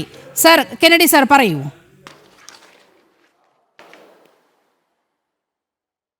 നോക്കൂ, ഏതായാലും ഞാൻ അദ്ദേഹം ഒരുപാട് സമയം കവർന്നതുകൊണ്ട് ഇനിയും 2 പേര് ബഹുമാനപ്പെട്ട കോൺഗ്രസ് പ്രതിനിധി അടക്കം ഇനിയും സംസാരിക്കേണ്ടതുകൊണ്ട് ഞാൻ പെട്ടെന്ന് ചുരുക്കിയേക്കാം. ആരെന്ത് പറഞ്ഞാലും ഈ രാജ്യത്തിലെ മിഷൻ പ്രവർത്തനങ്ങൾ നൂറ്റാണ്ടുകളായി ദളിതർക്കും അയിത്തം അനുഭവിച്ചവർക്കും എന്നും അഭയവും ശരണവുമാണെന്ന് പറഞ്ഞത് നമ്മുടെ ഭരണഘടനാ ശില്പിയായ അംബേദ്കറാണ്. അംബേദ്കറിൻ്റെ വാക്കുകളാണ് മിഷൻ പ്രവർത്തനങ്ങളെ പറ്റി നിലവിലുള്ളത്. അത് ഭരണഘടനാ ശില്പിയാണെന്നും കൂടി മറക്കണ്ട. ഈ ഛത്തീസ്ഗഡിൽ മിഷൻ പ്രവർത്തനമായി സഭ മുന്നോട്ട് പോകുമെന്ന് ഇതിനിടെ വ്യക്തമായി കഴിഞ്ഞിട്ടുണ്ട്. അതിനാൽ ആ പാവപ്പെട്ട ജനത ഒറ്റപ്പെടില്ല. അവരുടെ ഇല്ലായ്മയിൽ, വല്ലായ്മയിൽ, അനാരോഗ്യത്തിൽ, പട്ടിണിയിൽ സഭ ഏതായാലും കൂടെ തന്നെ ഉണ്ടാവും. അത്തരം പ്രവർത്തനം സധൈര്യം നിർഭയത്തോടെ BJP ഭരിക്കുന്ന ഈ ഭാരതത്തിൽ സധൈര്യം അവരവരുടെ മതം പ്രൊപ്പഗേറ്റ് ചെയ്യാനുള്ള ഭരണഘടന നൽകുന്ന ആ അവകാശം തുടർന്നും ലഭിക്കുമെന്നുള്ള ആത്മവിശ്വാസത്തോടുകൂടി, പ്രത്യാശത്തോടുകൂടി ഞാൻ നിർത്തുന്നു. ശ്രീ കെന്നഡി സാർ, ഒരു ചോദ്യം കൂടി. ഈ കോലാഹലങ്ങൾക്ക് പിന്നിൽ ഒളിഞ്ഞിരിക്കുന്ന യഥാർത്ഥ രാഷ്ട്രീയം എന്ന് പറയുന്നത് ക്രൈസ്തവ സഭയും BJPയും തമ്മിൽ അടുക്കുന്നു എന്ന വളരെ കൃത്യമായ, അതായത് വോട്ട് ഷെയറിൻ്റെ കണക്കുകൾ വെച്ച് തന്നെ നമുക്ക് സംസാരിക്കുകയാണെങ്കിൽ വളരെ കൃത്യമായി ക്രൈസ്തവ സഭയും BJPയും തമ്മിൽ അടുക്കുന്നു. വളരെ കൃത്യമായി അവർ യാഥാർത്ഥ്യം മനസ്സിലാക്കുന്നു. നരേന്ദ്രമോദി മുന്നോട്ട് വയ്ക്കുന്ന വികസന ഭാരതത്തിനൊപ്പം അവർ മുന്നേറുകയാണ്. അങ്ങനെ ഒരു കൈത്താങ്ങായി അവർക്കൊപ്പം ഈ കേന്ദ്ര സർക്കാർ ഉണ്ടാകുമെന്ന ഒരു വലിയ വിശ്വാസം ആ വിഭാഗത്തിനിടയിലുണ്ട്. അത് തകർക്കാനുള്ള ആസൂത്രിത നീക്കങ്ങളിലെ ഇപ്പോൾ നടക്കുന്ന ഈ കോലാഹലങ്ങൾക്ക് പിന്നിൽ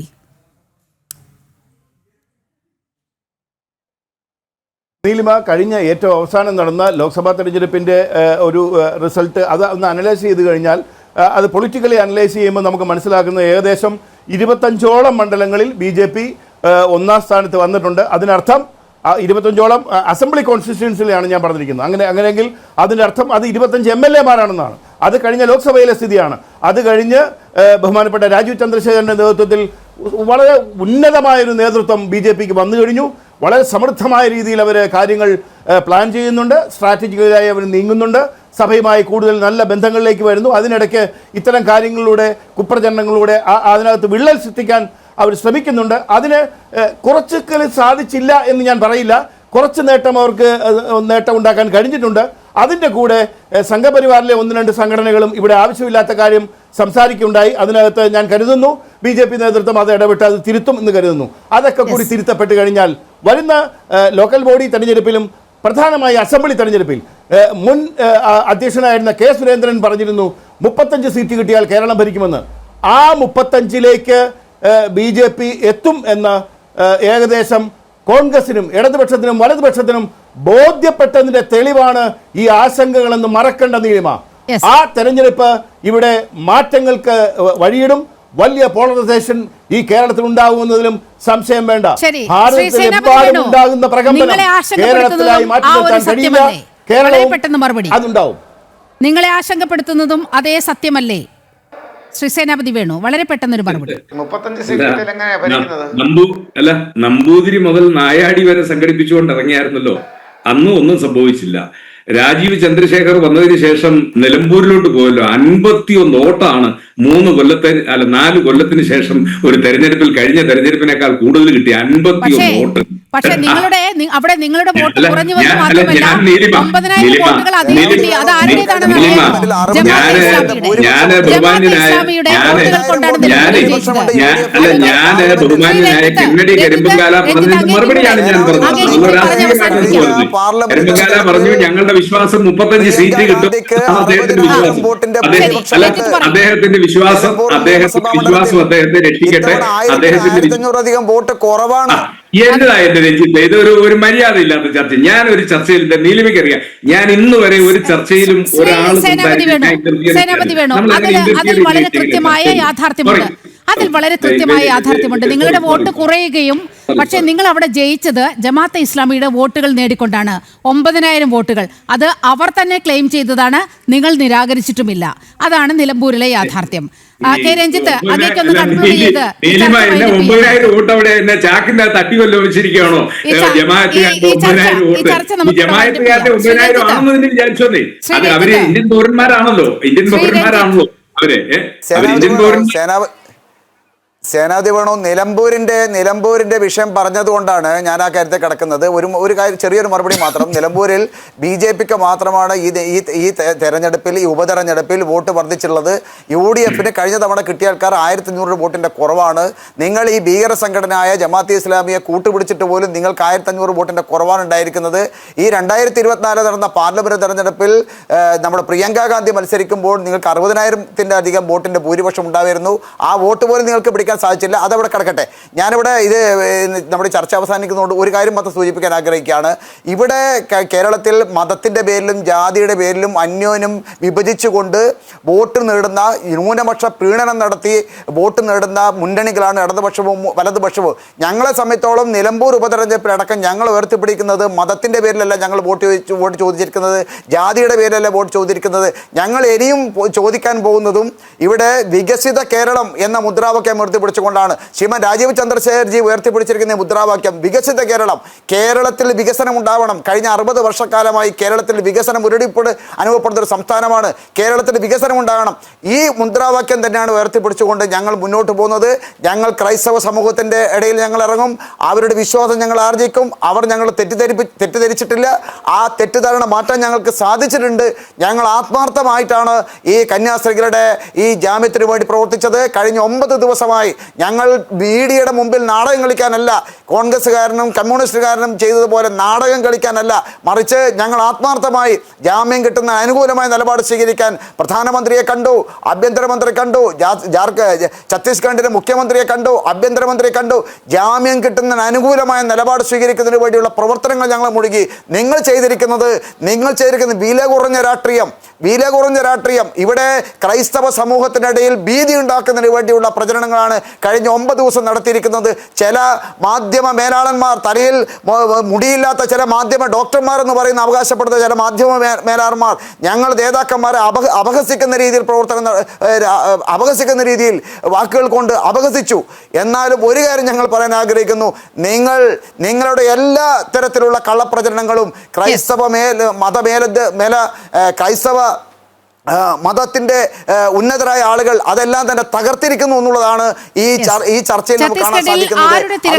എന്ന ചോദ്യമാണ് ജന ഡിബേറ്റ് ഉയർത്തിയത്. സമയപരിമിതി മൂലം ഈ ചർച്ച ഇവിടെ അവസാനിപ്പിക്കുകയാണ്. ക്രൈസ്തവരെ തെറ്റിദ്ധരിപ്പിക്കാനുള്ള നീക്കമാണോ നടന്നത്? തിരക്കഥയ്ക്ക് പിന്നിൽ ആരൊക്കെ? ഛത്തീസ്ഗഡിലും കോൺഗ്രസ് ഉണ്ടായിരുന്നു, പക്ഷേ ആ കോൺഗ്രസ് അവിടെ ഇല്ലാത്ത വീര്യം ഇവിടെ കോൺഗ്രസ്സുകാർ കാണിക്കുകയാണ്. ഒപ്പം ഇവിടുത്തെ ഇടത് പക്ഷക്കാരും. ഈ വിഷയമാണ് ജന ഡിബേറ്റ് ഇന്ന് ചർച്ച ചെയ്തത്. ചർച്ച ഇവിടെ പൂർണ്ണമാകുന്നു. പങ്കെടുത്ത എല്ലാ അതിഥികൾക്കും ഒപ്പം പ്രേക്ഷകർക്കും വളരെയധികം നന്ദി. നമസ്തേ.